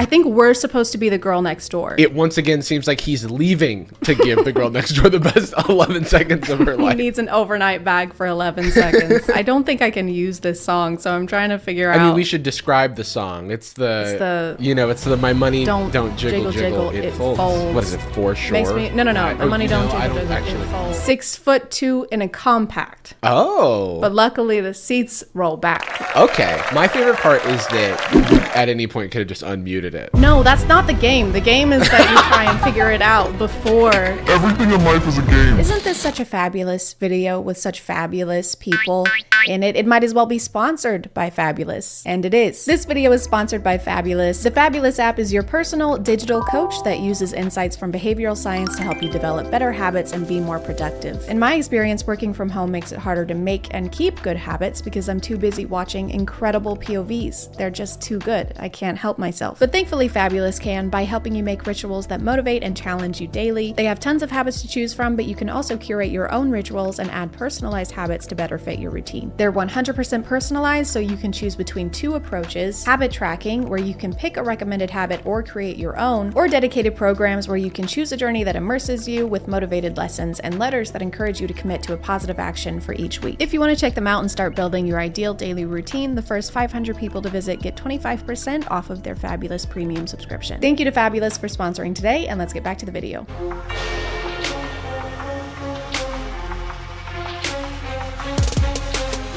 You can just post this without the POV. It really does feel like he's going about his life, and then wherever he is, he's like, let me film a POV and just describe what I'm doing. POV, your boyfriend takes you to do laundry and he's just starting a load. And he looks at you longingly and it slows down as he's like pouring in the detergent. POV, you never dated a guy with a beard. He has the faintest beard of all time. He just didn't shave for 3 days. He's like trying to take over the persona. He's like, I'm a beard guy. Us guys with beards. So you're minding your own business and you see a man with this much beard and you go, oh my God, is that a beard? Keep my wife's name out your fool mouth. That sound totally makes sense in the instance of someone making a joke about you. For you to then say this to them about yourself. You just, his name is my wife. My wife. Yeah. And he speaks in the third person. Keep my wife's name. That's me. Out your fucking mouth, dude. I've got a coffee for my wife. Oh, yeah, me? Oh, my wife loves coffee. How you normally get out versus how you get out after you spot a pretty girl. He clearly thinks he's doing two types because he has this like he turns left. Like it's like, oh, I boom, think he's like stumbling kinda to get out of the water. It's hard to watch your videos when I'm out with my parents. I'm gonna tell your parents. Maybe don't watch thirst TikToks when you're out with your parents or out in general. The issue that I have with this is that, of course, you're on the struggle bus when you're literally treading water. The difference is he's no longer walking in water. Of course, it's easier to do a model walk. You're a human and you're on land versus in water where you don't usually live. Whenever I spot a pretty girl, I am treading water, but then the water goes away because she's so pretty. Normally I'm walking through life and it's tough and I'm like, oh. Pretty girls are all Moses and they just like part the waters. I think we're kind of getting to it. He likes Moses a lot. The song is called Moose, which is kind of like Moses. If you take those letters and mix them around, it totally says Moses, and it's not missing any letters that it takes to make Moses. Or a singular Mose. Mosey. Yeah, Mose. Mosey, part the Red Sea. My wife loves it when Mosey parts the Red Sea.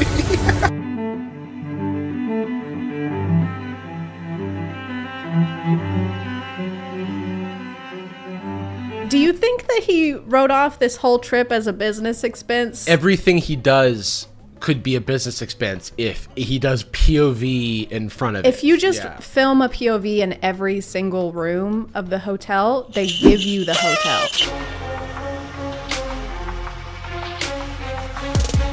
Should I hold on? His comment, should I keep what the beard? Bro? What You've barely got a 5 o'clock shadow. Maybe this is supposed to be a POV of a Spanish friend who has a luscious beard. Because here, he's not Spanish and he doesn't have a beard. This is an imposter. Like, we don't know who this is. Baby, I won't break your legs, only your abs.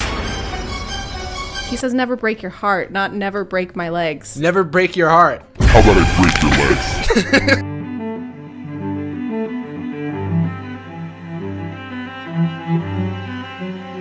Dude, we're so hot that he like was distracted by us. I feel like my whole self-esteem grew 3 sizes just now. I feel great right now. we're kind of a big deal. My wife is a huge deal. My wife is super hot. I will also say that maybe she shouldn't slap him for this momentary glance, but you shouldn't slap your partners. Maybe don't do that. That's a pretty progressive take for both calm of down. us. We're getting too political over here, Jarvis. We need to calm down. Sorry. Way too radical. Let's just go back to being hot. We're very hot. We are hot. Yes.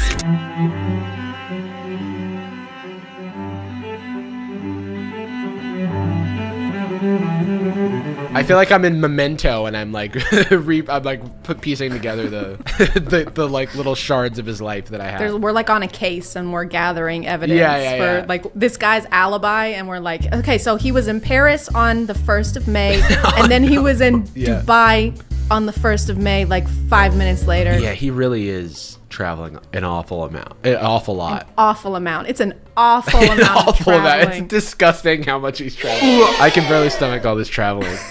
You're in the train. It's literally just like every step of traveling is just the POV. POV, you're checking into your train towards Paris. POV, you are buying the ticket online for the train to go to Paris.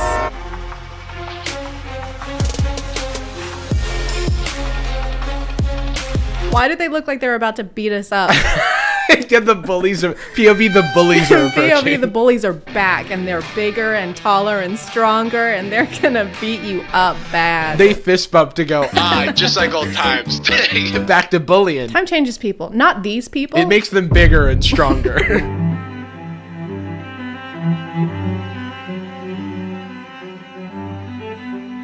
He doesn't have a beard in this one. You think he doesn't have a beard? I see a full beard on this man. Oh my god. Should he keep the beard?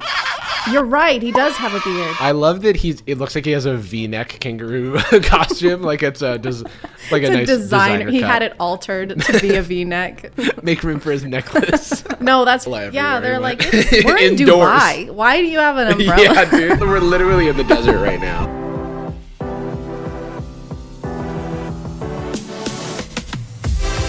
Find someone who knows how to calm your storm by throwing around, I guess. This is so relaxing. My storm is a hunk of metal, and if only somebody could carry it, I don't know, 10 feet.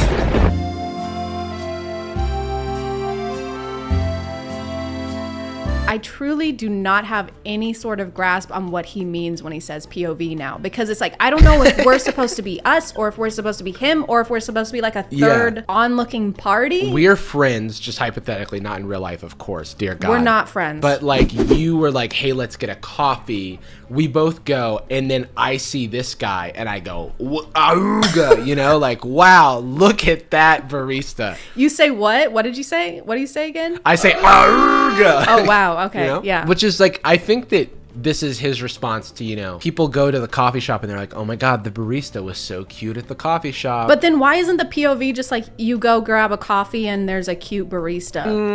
I don't think you understand the POV format. Well, yeah, I am just a stupid, stinky head that doesn't know anything. Like, your words, not mine. Describe the relation to your brother. Jarvis, describe your relationship with your brother. I don't know if you actually have your hypothetical brother. Describe what relation to your brother you have. So the relation that we have is a blood relationship where we are brothers. Yeah, go on. I need more. And so we share a mother. Okay. And we are both men. And so the word for that relationship is brother. So that's our relationship. That's it? That's all you have to say about it? Yeah. Wow. Okay. It's kind of a letdown. POV, your dad told you to demolish the treehouse you built as a child. That's so sad. This is the darkest one yet. It looks like that would be very dangerous, what he's doing right now, right? He's like standing under the treehouse and chopping the support beams for it. He's chopping the support. POV, your dad told you to put your life at risk. I thought I could make a sound of an axe hitting wood, but then I lost it. No, you got it. You got it. It sounds more like a bush shaking. That's not what you wanted?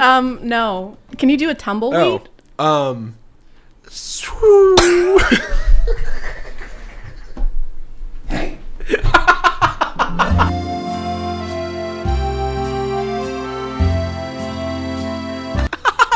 They're like smiling as they like shake each other. This is the weirdest fighting I've ever seen. I'll just grab a bag of popcorn and keep staring. Yeah, I'm that shameless. Why is everybody so okay with spying on people? That, and I feel like the comments for his TikToks are just like confession corner. Yeah. Everyone's like, gotta confess to him. I'm cheating on my spouse. Vicky! I murdered a man. Like, gun to my head, could not tell you if this group of three people is the same as any of the other groups. If this guy in the middle just took over the account from here on out, I would never notice. Yes, like, if he just grew some scruff and was like, do you like my beard? I would be like, this is the same guy. I think we should make our own, like, type of this POV. POV, I'm Jarvis and I'm on the phone and I'm really angry. Really angry. Oh no, POV, you're not angry anymore. POV, you're flirting with someone on the phone now and you're not angry. Okay, I don't know what that is. POV, you throw the phone. You have succeeded in something very important. Yeah. Okay, well, thank you for coming onto the ChadChad channel. What do you do? I'm still trying to figure that out, to be completely honest. Thanks for having me. But if you really do want to find me, you can find me on YouTube at Jarvis Johnson is my name, and making YouTube videos is my game. I'm cutting that out. I'm not leaving. And if you are still here, thank you so much for watching. I appreciate you clicking on my video out of all the videos that are on here. And we'll see you next time. I'll be back every no, time. He won't. Every time. No, I'm he back. won't. All right, bye.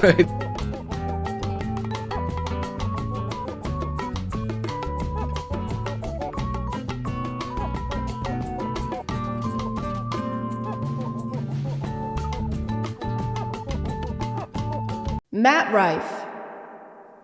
Am I right, guys? A while ago, I watched Matt Rife's controversial Netflix stand-up special, Natural Selection. If you aren't familiar with him already, or if you are and it's just been a while, here's some quick spark notes. He got a majority of his success from viral TikTok crowd work videos, also got a majority of his success from a mostly female audience, began getting more mainstream opportunities, and immediately started renouncing that mostly female audience and saying that his comedy is for the boys. Publicly poked fun at Walmart yodel kid Mason Ramsey on Twitter, and finally claimed that people find him less funny because he is actually too sexy. I mean, people don't want to laugh at like physically attractive people. I think it just makes me work that much harder on the material and the jokes that I'm trying to tell to get people to focus on the real show at hand. So guys, if you've ever not laughed at one of my jokes, this is hypothetical, that's never happened obviously, it's probably because my skin was too clear that day. Don't worry though, I'm in my luteal phase, so you're gonna be laughing to tears today. Since the release of his Netflix special and all the controversies that came with it, I haven't really seen or heard anything about Matt Rife, which is why when a friend of mine sent me a link to a movie he starred in, it was like seeing an old friend, except they're not really a friend at all. And I didn't really want to see them either. But after watching this trailer and seeing the like to dislike ratio, I knew I had to watch this movie. This is one of the top destinations in the world for altitude training. Cell phone coverage. Where are the knives? No internet. Stay back. And then a bunch more movies, but that's a whole thing and we'll get to that later. For some reason, I immediately forgot the name of this movie and also pretty much everything that happens in the trailer. So when I went to actually watch it, I just Googled Matt Rife movie and found this one. You may notice that in this poster, Matt Rife is not there. He is in the movie, but this is not him here. You may also notice that it's a completely different movie entirely. I didn't notice any of that. Our main character, AJ, has been having nightmares about the traumatic death of his parents that he witnessed as a young boy. They never caught the guy, and AJ can't really remember any details, so his flashbacks are pretty blurry. So based on those, it appears his parents' attacker was probably Sid the Sloth. AJ has been trying to revisit these memories in order to remember more details, but his therapist urges him to take things slowly. There could be dangers in unlocking these memories, AJ. We don't really know how the system will react. Don't rush the process. But right after this, he suggests that AJ go back to the place where it happened. Well, isn't there something else we could do? There's one thing. Go there. So it kind of seems like his therapist hates him. Hey, you know that place where your parents died brutally to an unknown danger that for all we know could still be there? I think you should go there. I think you should take your wife with you. I think you should take everyone who means anything to you to Murder Mountain, in my professional opinion. AJ immediately begins planning the trip, which couldn't come at a better time because his wife has some wonderful news to share with him. And now we will have a family of our own. You have COVID? And you let me kiss you? And now I have some wonderful news to share with you. This video is sponsored by Rocket Money. I am very picky when it comes to subscriptions. I will sometimes weigh the pros and cons for weeks before deciding to commit to a subscription service. And I like to think I keep up with them pretty well after that. But once I downloaded Rocket Money, they let me know I had been paying for not just a subscription to a streaming service I don't use anymore, but 2 subscriptions to a streaming service I don't use anymore. 2 separate subscriptions for one singular me. But thanks to Rocket Money, an all-in-one finance app that can help you create custom budgets and manage your money in a condensed, less anxiety-inducing way, they were able to help me cancel both of those subscriptions with just a couple little taps on my phone. Rocket Money can help you save more, not just by helping cancel subscriptions, but by helping you create customized budgets without you having to sit down and sift through every single transaction you have every single month. Rocket Money organizes your spending into categories and lets you know exactly how much is going into each one, which is really nice until you realize you've spent $75 on V-Bucks in February alone. I'm gonna pretend I didn't see that. If you want to check them out, you can click the link in the description or go to rocketmoney.com/ChadChad to get started for free or unlock even more features with premium. Thanks to Rocket Money for sponsoring, and let's get back to the video. His wife Sam has no character depth and no personality traits, not even one. Anytime AJ and her talk, it's AJ talking and her listening in a supportive wife way and agreeing to do whatever he wants to do. It's a red-tailed hawk. His dad's favorite bird. Oh. Man, do I miss that guy. He loves you so much. You know I support you either way, and I'm here for you every step of the way. Aside from listening to him talk about his problems, she'll also fetch him beverages and food. It doesn't even feel like she's a person even. It's kind of just she's an extension of AJ's character. It's like wife is something in his inventory that he equips for perks. I cast wife. Hey hun, had a bad day. Aw honey, I'm here for you. Thanks. Do you want a PB&J? Yeah. Okay, I'm gonna make that for you while you sit down and don't ask me a single thing about my day, okay? Okay, don't forget to cut out the crusts. They tell their loved ones about the pregnancy, and at this point, it became very clear that this was directed by a dude, because in order to celebrate Sam being pregnant, they have a pool party with slow motion bikini dancing and a drinking montage. This is a baby shower? Oh my god, you're pregnant? We have to celebrate. Without you. This is also the scene where we meet Matt Rife's character, who is the boyfriend of AJ's brother's wife's sister, who is played by Musically star Malu Trevelyo. And her character seems like she fully hates Matt Rife's character the entire movie. Doesn't remember any of it. Just put this away, dude. Like, can you like stop? He's part of a legend. Oh, you're so stupid. Sam finally makes an appearance at her pregnancy celebration to bring the guys a dessert, but not the one that they wanted, apparently. Hey, lemon cake, anyone? Okay, that is not a cheesecake. That is not a No, cheesecake. maybe a bundt cake, lemon-ish. Very good, AJ's brother. It is lemony. Lemon cakes tend to be. Lemon cake, anyone? This scene is immediately followed by Sam watching a news story about a bank robbing and AJ saying this. 3 men robbed a bank in Eagle Ridge. They fled the scene. People still rob banks? What do you mean, do people still rob banks? Why would you think there aren't people who rob banks anymore? What, like it's out of style or something? I am a bank robber and I'm robbing this bank right now. No, why would you do this? Because I need money. No, like why would you do this? It's so cringe. No, it's not. This is so like 2010s of you. I have explosives, okay? Oh, no need. You're bombing hard enough on your own. AJ's brother Max, who also happens to be the director of this movie, decides he's going on the trip too, along with his wife, his wife's sister, and his wife's sister's boyfriend. Oh, and Sam is coming too. Oh, I'm coming with you. And hey, it might be fun. Sam, I cannot stress enough how not fun this will be.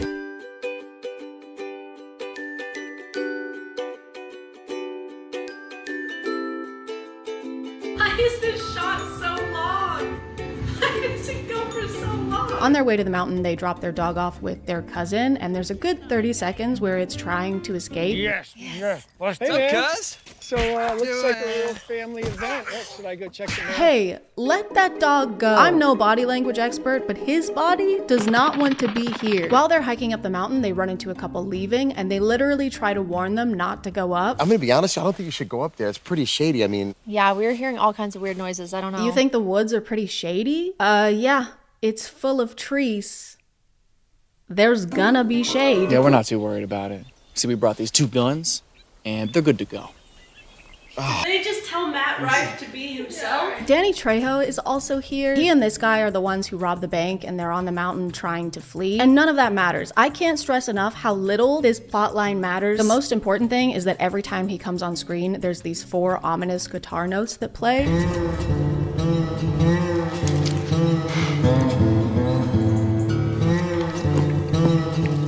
And that's only important because I think it's cool and I think it should happen when I enter a room. Hey, you guys want some lemon cake? Hey, there's nothing wrong with the lemon cake, by the way. Seriously, I didn't do anything weird to the lemon cake. I don't know why it seems... I promise I did not piss in the lemon cake, okay? Matt's character, who I keep calling that because I don't think I ever learned his name during the movie. I think they literally introduced him as Idiot Boyfriend. yeah, I hope it's okay. I brought along the sister and the idiot boyfriend. Oh, pool time. More pool. So Idiot Boyfriend does some online researching about the mountain and realizes who AJ is and why he wanted to come here. It was you. The kid from those stories. Yeah. For some reason, he's excited to make this discovery, like it's a cool thing he just learned. You really don't know what happened to your parents? What? Dude, that is awesome. Wait, you're that kid whose parents got brutally murdered? Lucky. Mine are just alive and enjoying retirement, so that fucking sucks. After settling into camp and meeting bank robbers while being very casual about the fact that one of them is covered in blood, everybody goes to bed and starts doing the dirty and squirty very loudly. No! No! And while this is happening, Idiot Boyfriend gets stabbed in the neck. As if there wasn't enough penetrating going on in this campsite. Sam and AJ hear the scream and he gets to prove his mettle. Go check it out. Me? You're right, AJ. Your pregnant wife should be the one to investigate the murder sounds. When they get to the tent, they find no one inside and realize that AJ's brother and his wife are also missing. Sam is obviously stressed, and this is the first time in the movie where she's needed AJ's support and not the other way around. Babe, I'm starting to get worried. Hey, you know the song Freebird? That's Max's philosophy on life. Babe, don't worry about them being missing. Think about the song Freebird. They spend the next big part of the movie wandering around trying to find everyone and eventually finding them, just not in the most optimal condition, being alive wise, because they're all dead. Oh, and there's also bear traps in the woods for no reason other than for characters to run into them and it be scary. Why would there be bear traps in the protected forest? They live there. That's like the mouse in my walls setting traps for me. And I'm not gonna fall for it again, no matter how much Mountain Dew voltage you put in there. Mark my words. Eventually, the cousin who was dog sitting for them tries to come and help because they managed to get service long enough for a phone call and decided to use it to call him instead of someone like the police. This guy can't handle a serial killer. Okay? He can't even handle dog sitting. In a shocking turn of events, the cousin gets immediately captured by the killer, and AJ tells the last surviving bank robber to stay behind while he and Sam charge forth to try and help him. Let's go. Stay here and cover us. Come on.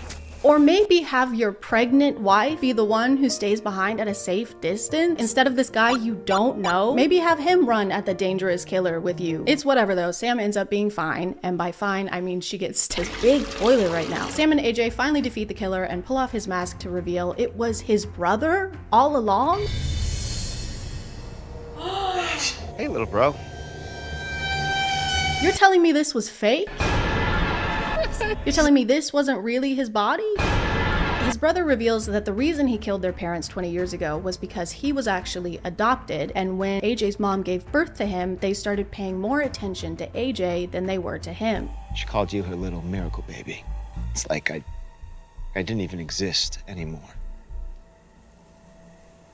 So you killed him? Which doesn't make any fucking sense. If he was jealous of the parents giving more attention to the younger kid, wouldn't he want to murder him? Why would he kill his parents if he wanted them all to himself? Yeah, my parents haven't been giving me as much attention ever since my baby brother was born, so I killed them. And now they'll never give me any attention ever again. Problem solved. They end up having a tussle on the cliff where their parents died, and during that, his brother also falls off the cliff to his death. And that's actually a great way to bring this all full circle. He ended their parents' lives here 20 years ago, and now karma has caught up with him and he meets the same fate. Except that's not the ending. Instead, we jump forward like a year. They've had the baby, they've returned to normalcy. How do you feel otherwise, AJ? I'm doing great, Doc. Still no setbacks. All of your friends are dead. And then his brother just shows up again, alive. Hello, Sam. AJ says he sees him driving past while he's on the way to a business trip, but I think they forgot to film the actual shot of the actor, so it's just this. We could get a chalupa. What's happening? Hey, you see that guy driving? What? So they turn around and go back home with the least amount of urgency possible.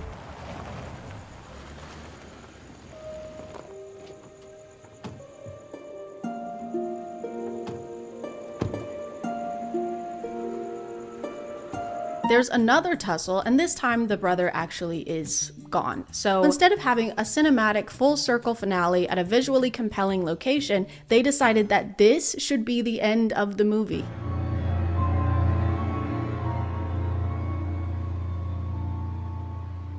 That's the end?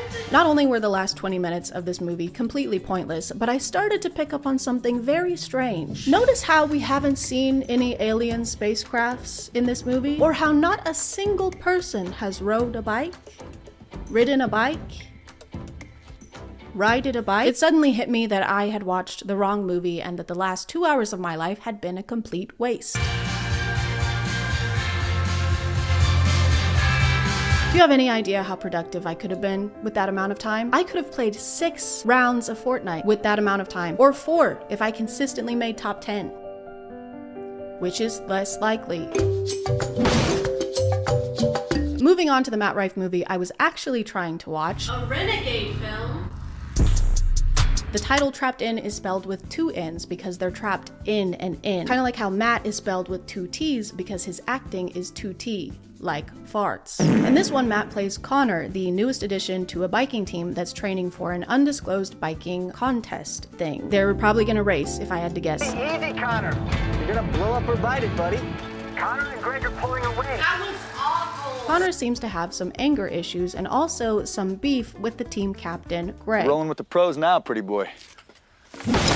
The whole team and their coach travel to Andorra for a training trip at this isolated inn with little to no cell service and with innkeepers who are weirdly horned up. One of the innkeepers has clearly dubbed audio to the point that it sounds like she's in a video game cutscene. Welcome to the Auberge Piage. My name is Jean-Luc, and this is my lovely partner, Nathalie. Bienvenue. Welcome to a little inn. Welcome. My name is Jean-Luc, and this is my partner, Natalie. It's me, Mario! They give the team a tour of the inn, and they get to meet the other guests. Over here is the pool.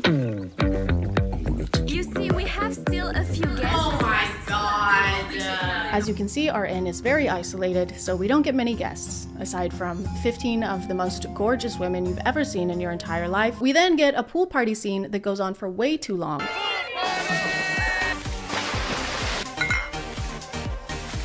Lasting for over 2 minutes may be a good thing for Matt Rife, but it is not a good thing for a montage. I also want to point out that this is the second Matt Rife movie I watched, and this is also the second time there's been a pool party with women in bikinis dancing with each other. What a weird coincidence that I'm sure won't be repeated at some point in the future. They have Matt's character start vlogging during this trip as a kind of narrating tool. This is my first time out of the country, so I figured we'd give this little vlog thing a try. He also uses this as an outlet to constantly complain about the team captain, Greg. I mean, I understand the guy is the best. I get that. But, okay, everything you say can't be some egotistical, arrogant response, okay? Yeah, would suck if someone was like that. I mean, people don't want to laugh at, like, physically attractive people. Greg has a girlfriend named Andrea who flies out to stay with him for the rest of their training trip, and Connor starts immediately flirting with her. You look really nice. At least now I know why he never shuts up about you. He's hitting on his girl? Oh, and his girlfriend came today. Andrea. Ew! She's cute. She's very cute. Ugh. On their first day of training, Greg crashes his bike and gets injured. Oh man, this is gonna ruin the tour. The Tour de France. They take Greg back to the inn and watch a newscast announcing that there's a suspected killer on the loose. Federal and local officials have been alarmed and overwhelmed by the sudden and sheer volume of dead bodies over the last 24 hours, bringing the known death toll to a staggering 28. 28? Y'all have found 28 bodies, and all you've done so far is be alarmed and overwhelmed? Also, when they first got here, they were talking about how tiny and isolated this town is. Our town is so small, so remote. People come and sometimes they never leave. Yes. So 28 people has to be like half the population. Investigators don't foresee an end to this killing spree until the killer or killers is caught. So true, bestie. We don't know a lot about what's happening, but we do know that it's going to keep happening until it stops happening. And that is on God. But this somehow gets even more confusing because later that same day, they get another newscast saying this. What just hours ago was believed to be the work of a serial killer is now being described by health officials as some sort of virus. Virus? What? This is insane. How could they possibly suspect a serial killer if it was a virus killing all these people? You're saying they kept finding bodies with no external wounds and never considered it could be anything else? Do they even know what a serial killer is? I'm very sad to announce that this man is dead. By serial killer. What? Who's the killer? A very deadly virus. Wait, but you said it was a serial killer. I've named the virus serial killer. Why? Because it's caused many deaths. Is this a joke to you? No, I am taking this very serially. The virus is not your typical kind of virus, though. It's one that you can actually see. Sometimes it's a mist, and other times it's a humanoid fog cloud with limbs that can grab people and also make them vape.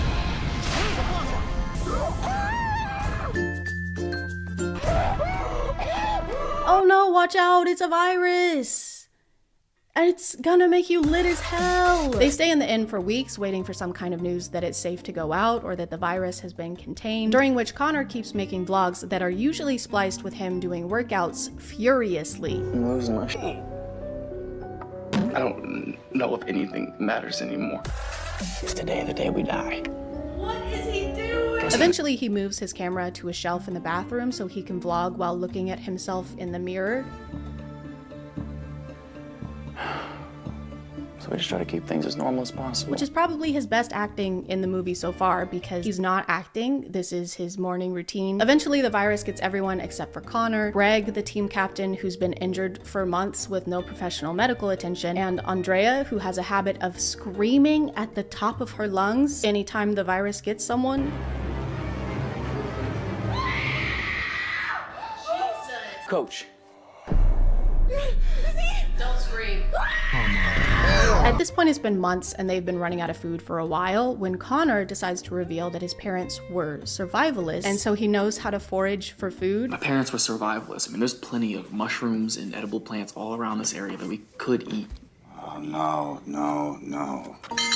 And they don't want him to do that because the virus is still around and it's dangerous to go outside. But eventually they completely run out of food. So he takes a home goods basket and makes them a full course meal with 2 mushrooms. He found a whole onion while he was foraging? So thanks to Matt being in his trad rife era, he and Greg are finally able to make some kind of amends. This is actually really fucking delicious. It's so amazing, Connor. We definitely should have listened to you sooner.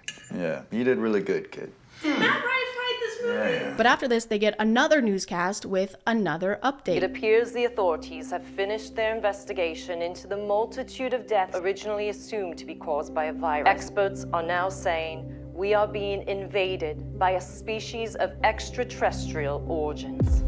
We have no further information at this time. What kind of experts do they have working on this? I don't think they have their greatest minds on this case. It has been months, and they just now realized that this can't be fought with a vaccine. We've tried NyQuil, we've tried Dayquil, I don't know what else. That's what's been behind the mist this entire time? Fucking aliens?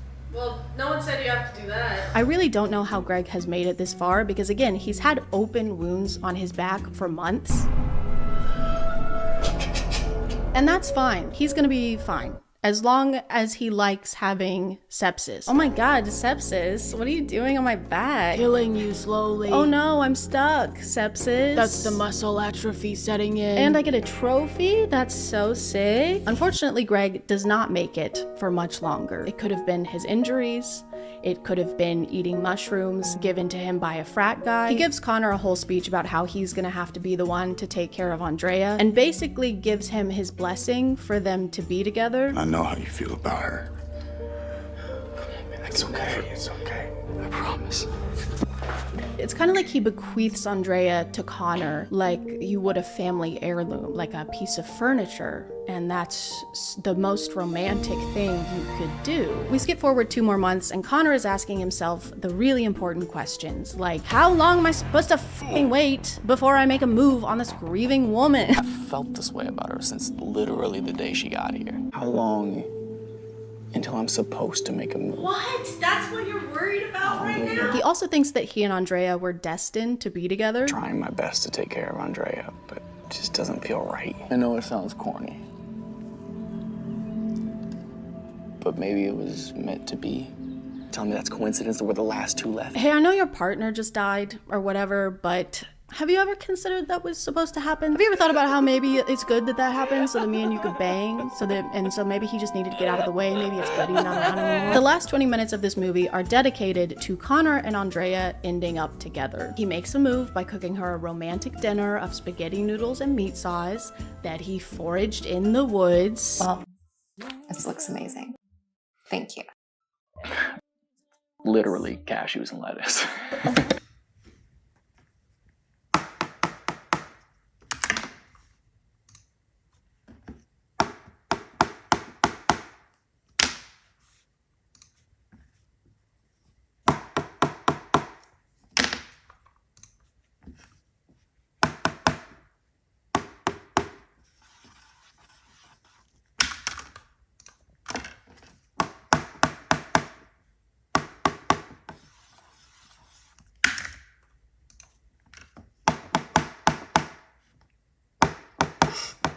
They spend the night dancing and smooching and kissing. Those are the same, the last 2 were the same thing. This is crazy. We just spent this movie waiting for her boyfriend to die. And while they're in the middle of this, the aliens return and begin to beam them up into the spaceship, the alien spaceship. But then they stop doing that. They change their mind. They decide against it. And then they leave. To explain why the aliens had a change of heart when it came to these two when it's been ruthlessly taking everyone else out, the movie says, hey, don't worry about it. Don't worry about it, toots. When the beam of light came down from the craft and it hit us, I got this, like, I don't know, download, like a telepathic connection. Why it spared us, that I don't know. Oh, great, you don't know. Apparently, all of this was caused by AI. The crafts were controlled by artificial intelligence. And it's over now. We are now getting reports from all over the globe saying the alien crafts are gone. Experts are baffled. We are now receiving reports that this movie is over now, and so are we. We don't know how to end it, so stop asking us any questions. Also, experts are baffled, so that's pretty on brand for them because it's all they've been this entire time. I didn't realize this until the credits, but Matt Rife actually produced this movie, which means he probably had a direct hand in having someone say, "You were right. You've been right this whole time. We should have listened to you sooner. Promise me when I'm gone that you'll sleep with my girlfriend." After this, I thought I was done with Matt Rife movies until my friend sent me another Matt Rife movie on Tubi. If I can even call them that at this point, these are not the actions of someone who wants me to thrive. Could I have stopped after Trapped In since it was the movie I meant to watch and there was more than enough material in there to make a whole video about? Yes. But now I had seen 2 of them and I started to wonder, did I just get unlucky? Or is every Matt Rife movie terrible?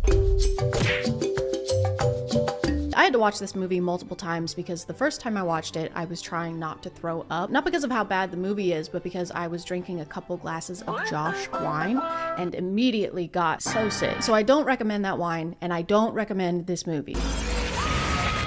Guys, if I had $1 for every Matt Rife movie that starts with a guy recounting a traumatic event to his therapist who wears glasses and has plants behind him in order to remember more details about said traumatic event, then I would have $2. And I couldn't afford a carton of eggs. This guy is named Wayne, and he's actually not our main character. In fact, he's not in this movie at all, really. All the movie really wants us to know at this point is that Wayne is in a psych ward and has been since he was humiliated and bullied by a group of kids from his high school. Oh, and they also want us to know that he hit someone in the head with a food tray.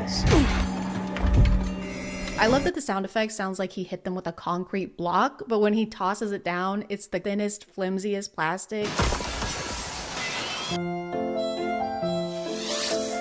The main characters of this movie are actually the high schoolers who did this to Wayne. That's right, we get to spend the whole movie with the bad guys. Everyone in the friend group is an influencer or an aspiring one, so they're all trying to get to 500K on InstaTalk by doing things like this.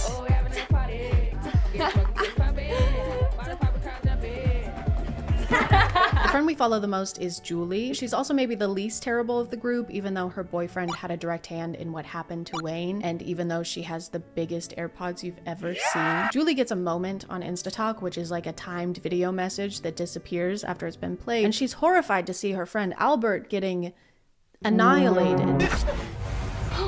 She starts freaking out and calls her friend Tabitha, who also got the moment, but seems a lot less worried about it. Do you think it was real? Holy shit, it looked real. I don't know, but I'm freaking out. I'm coming over. Okay. Okay, I just gotta do one thing. Dude, I'm losing my shit right now. I mean, that makes sense for you to be losing your shit because one of our best friends literally just got stabbed, so it would be weird if you had any other reaction. Albert, the friend who just got eradicated, was apparently an internet prankster, and I'm not saying that means he deserves what happened to him.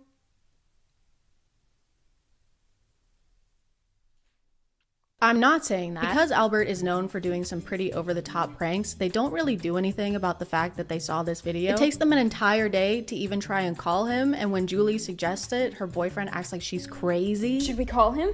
Call him? Be serious. This is an emergency. We need to call him. Call him? It's 2021, okay? We don't call people unless it's a matter of life and death. And not even then, still. Matt Rife plays this guy, Darren, who is dating Tabitha, the hair-fixing girl, but consistently cheats on her with another member of the friend group. And they do really sexy things together, like eat berries on FaceTime. I'm gonna cover you in chocolate sauce. And then you're gonna lick it all off.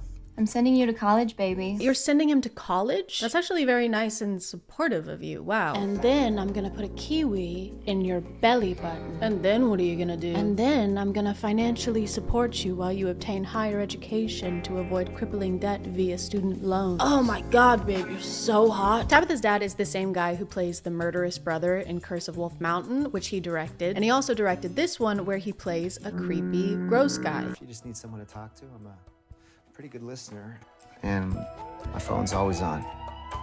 Yeah. Julie's boyfriend thinks he sees Wayne one night, so he does some digging and finds out he's been released. 2 days ago, I hacked their site. Just get your ass over to Skyjacks, okay? Fine. My mocha! The movie really wants us to believe that Wayne is the one killing people off, but they don't do a very good job of convincing us. The only thing that makes it somewhat believable is how much damage he can deal with a styrofoam tray.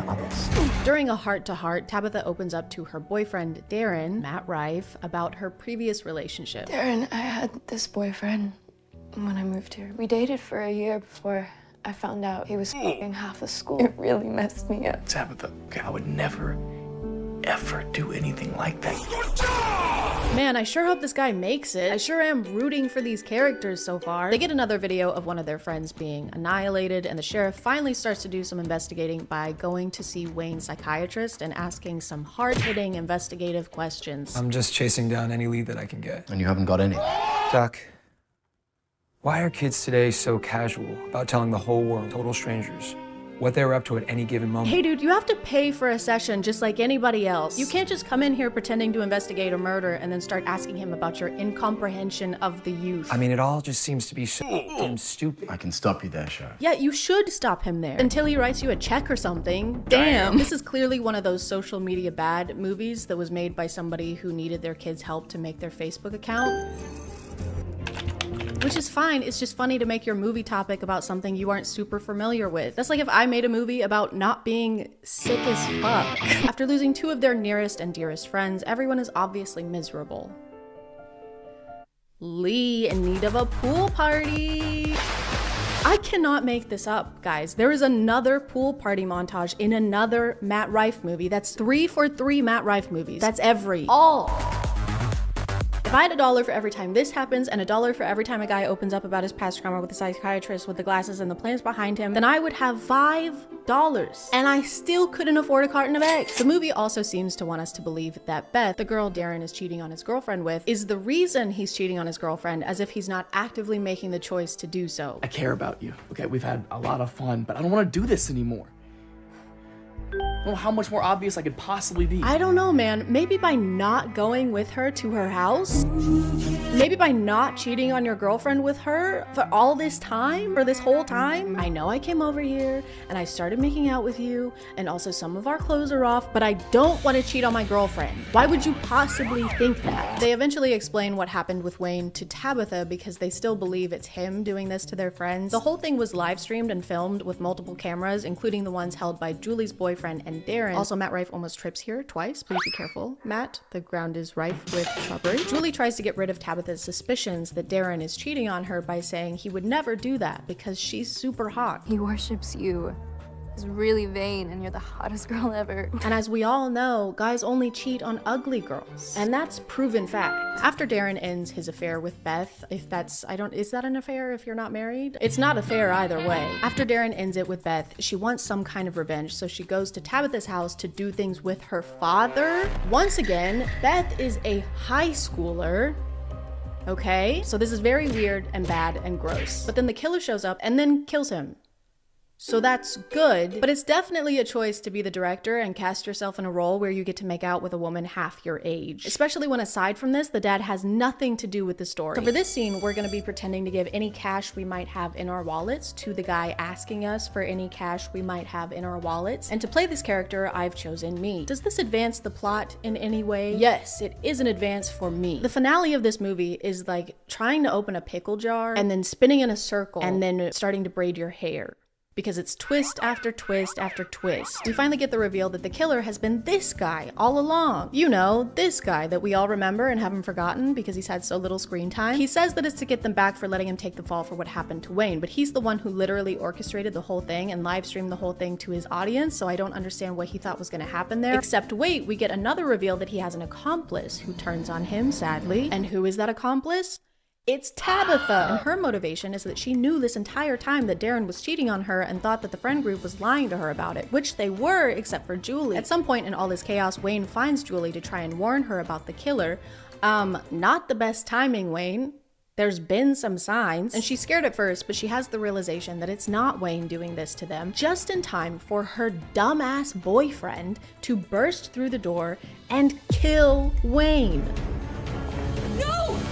They made his life miserable, and then you have him die at the hands of the guy who did the life miserabling. And what's even worse is that the only two people to survive after defeating Tabitha are Julie and her dumbass boyfriend. That's right, Jeremy makes it out of this alive. Isn't that amazing news? Doesn't that feel right and good and balanced and balanced? They even get a happy romantic ending scene together.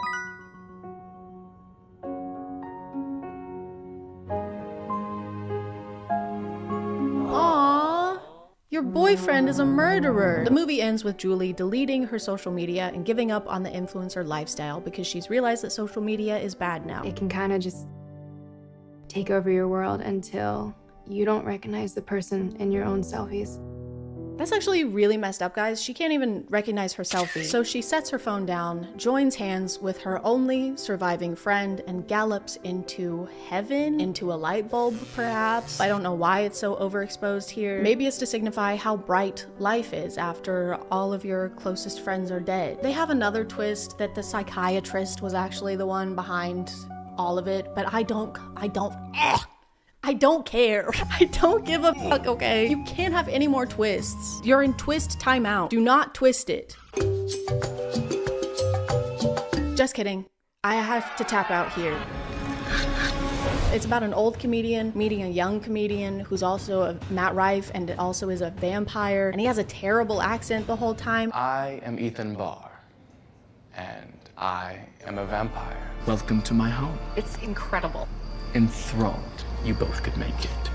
And it's really bad. And I tried to watch it after Deathlink, and I was so sick from the Josh Wine and so sick of watching Matt Rife movies, and I had to give up, and that's okay. I know my limits, and it happens to be 3. 3 push-ups, 3 glasses of Josh Wine, and 3 terrible Matt Rife movies.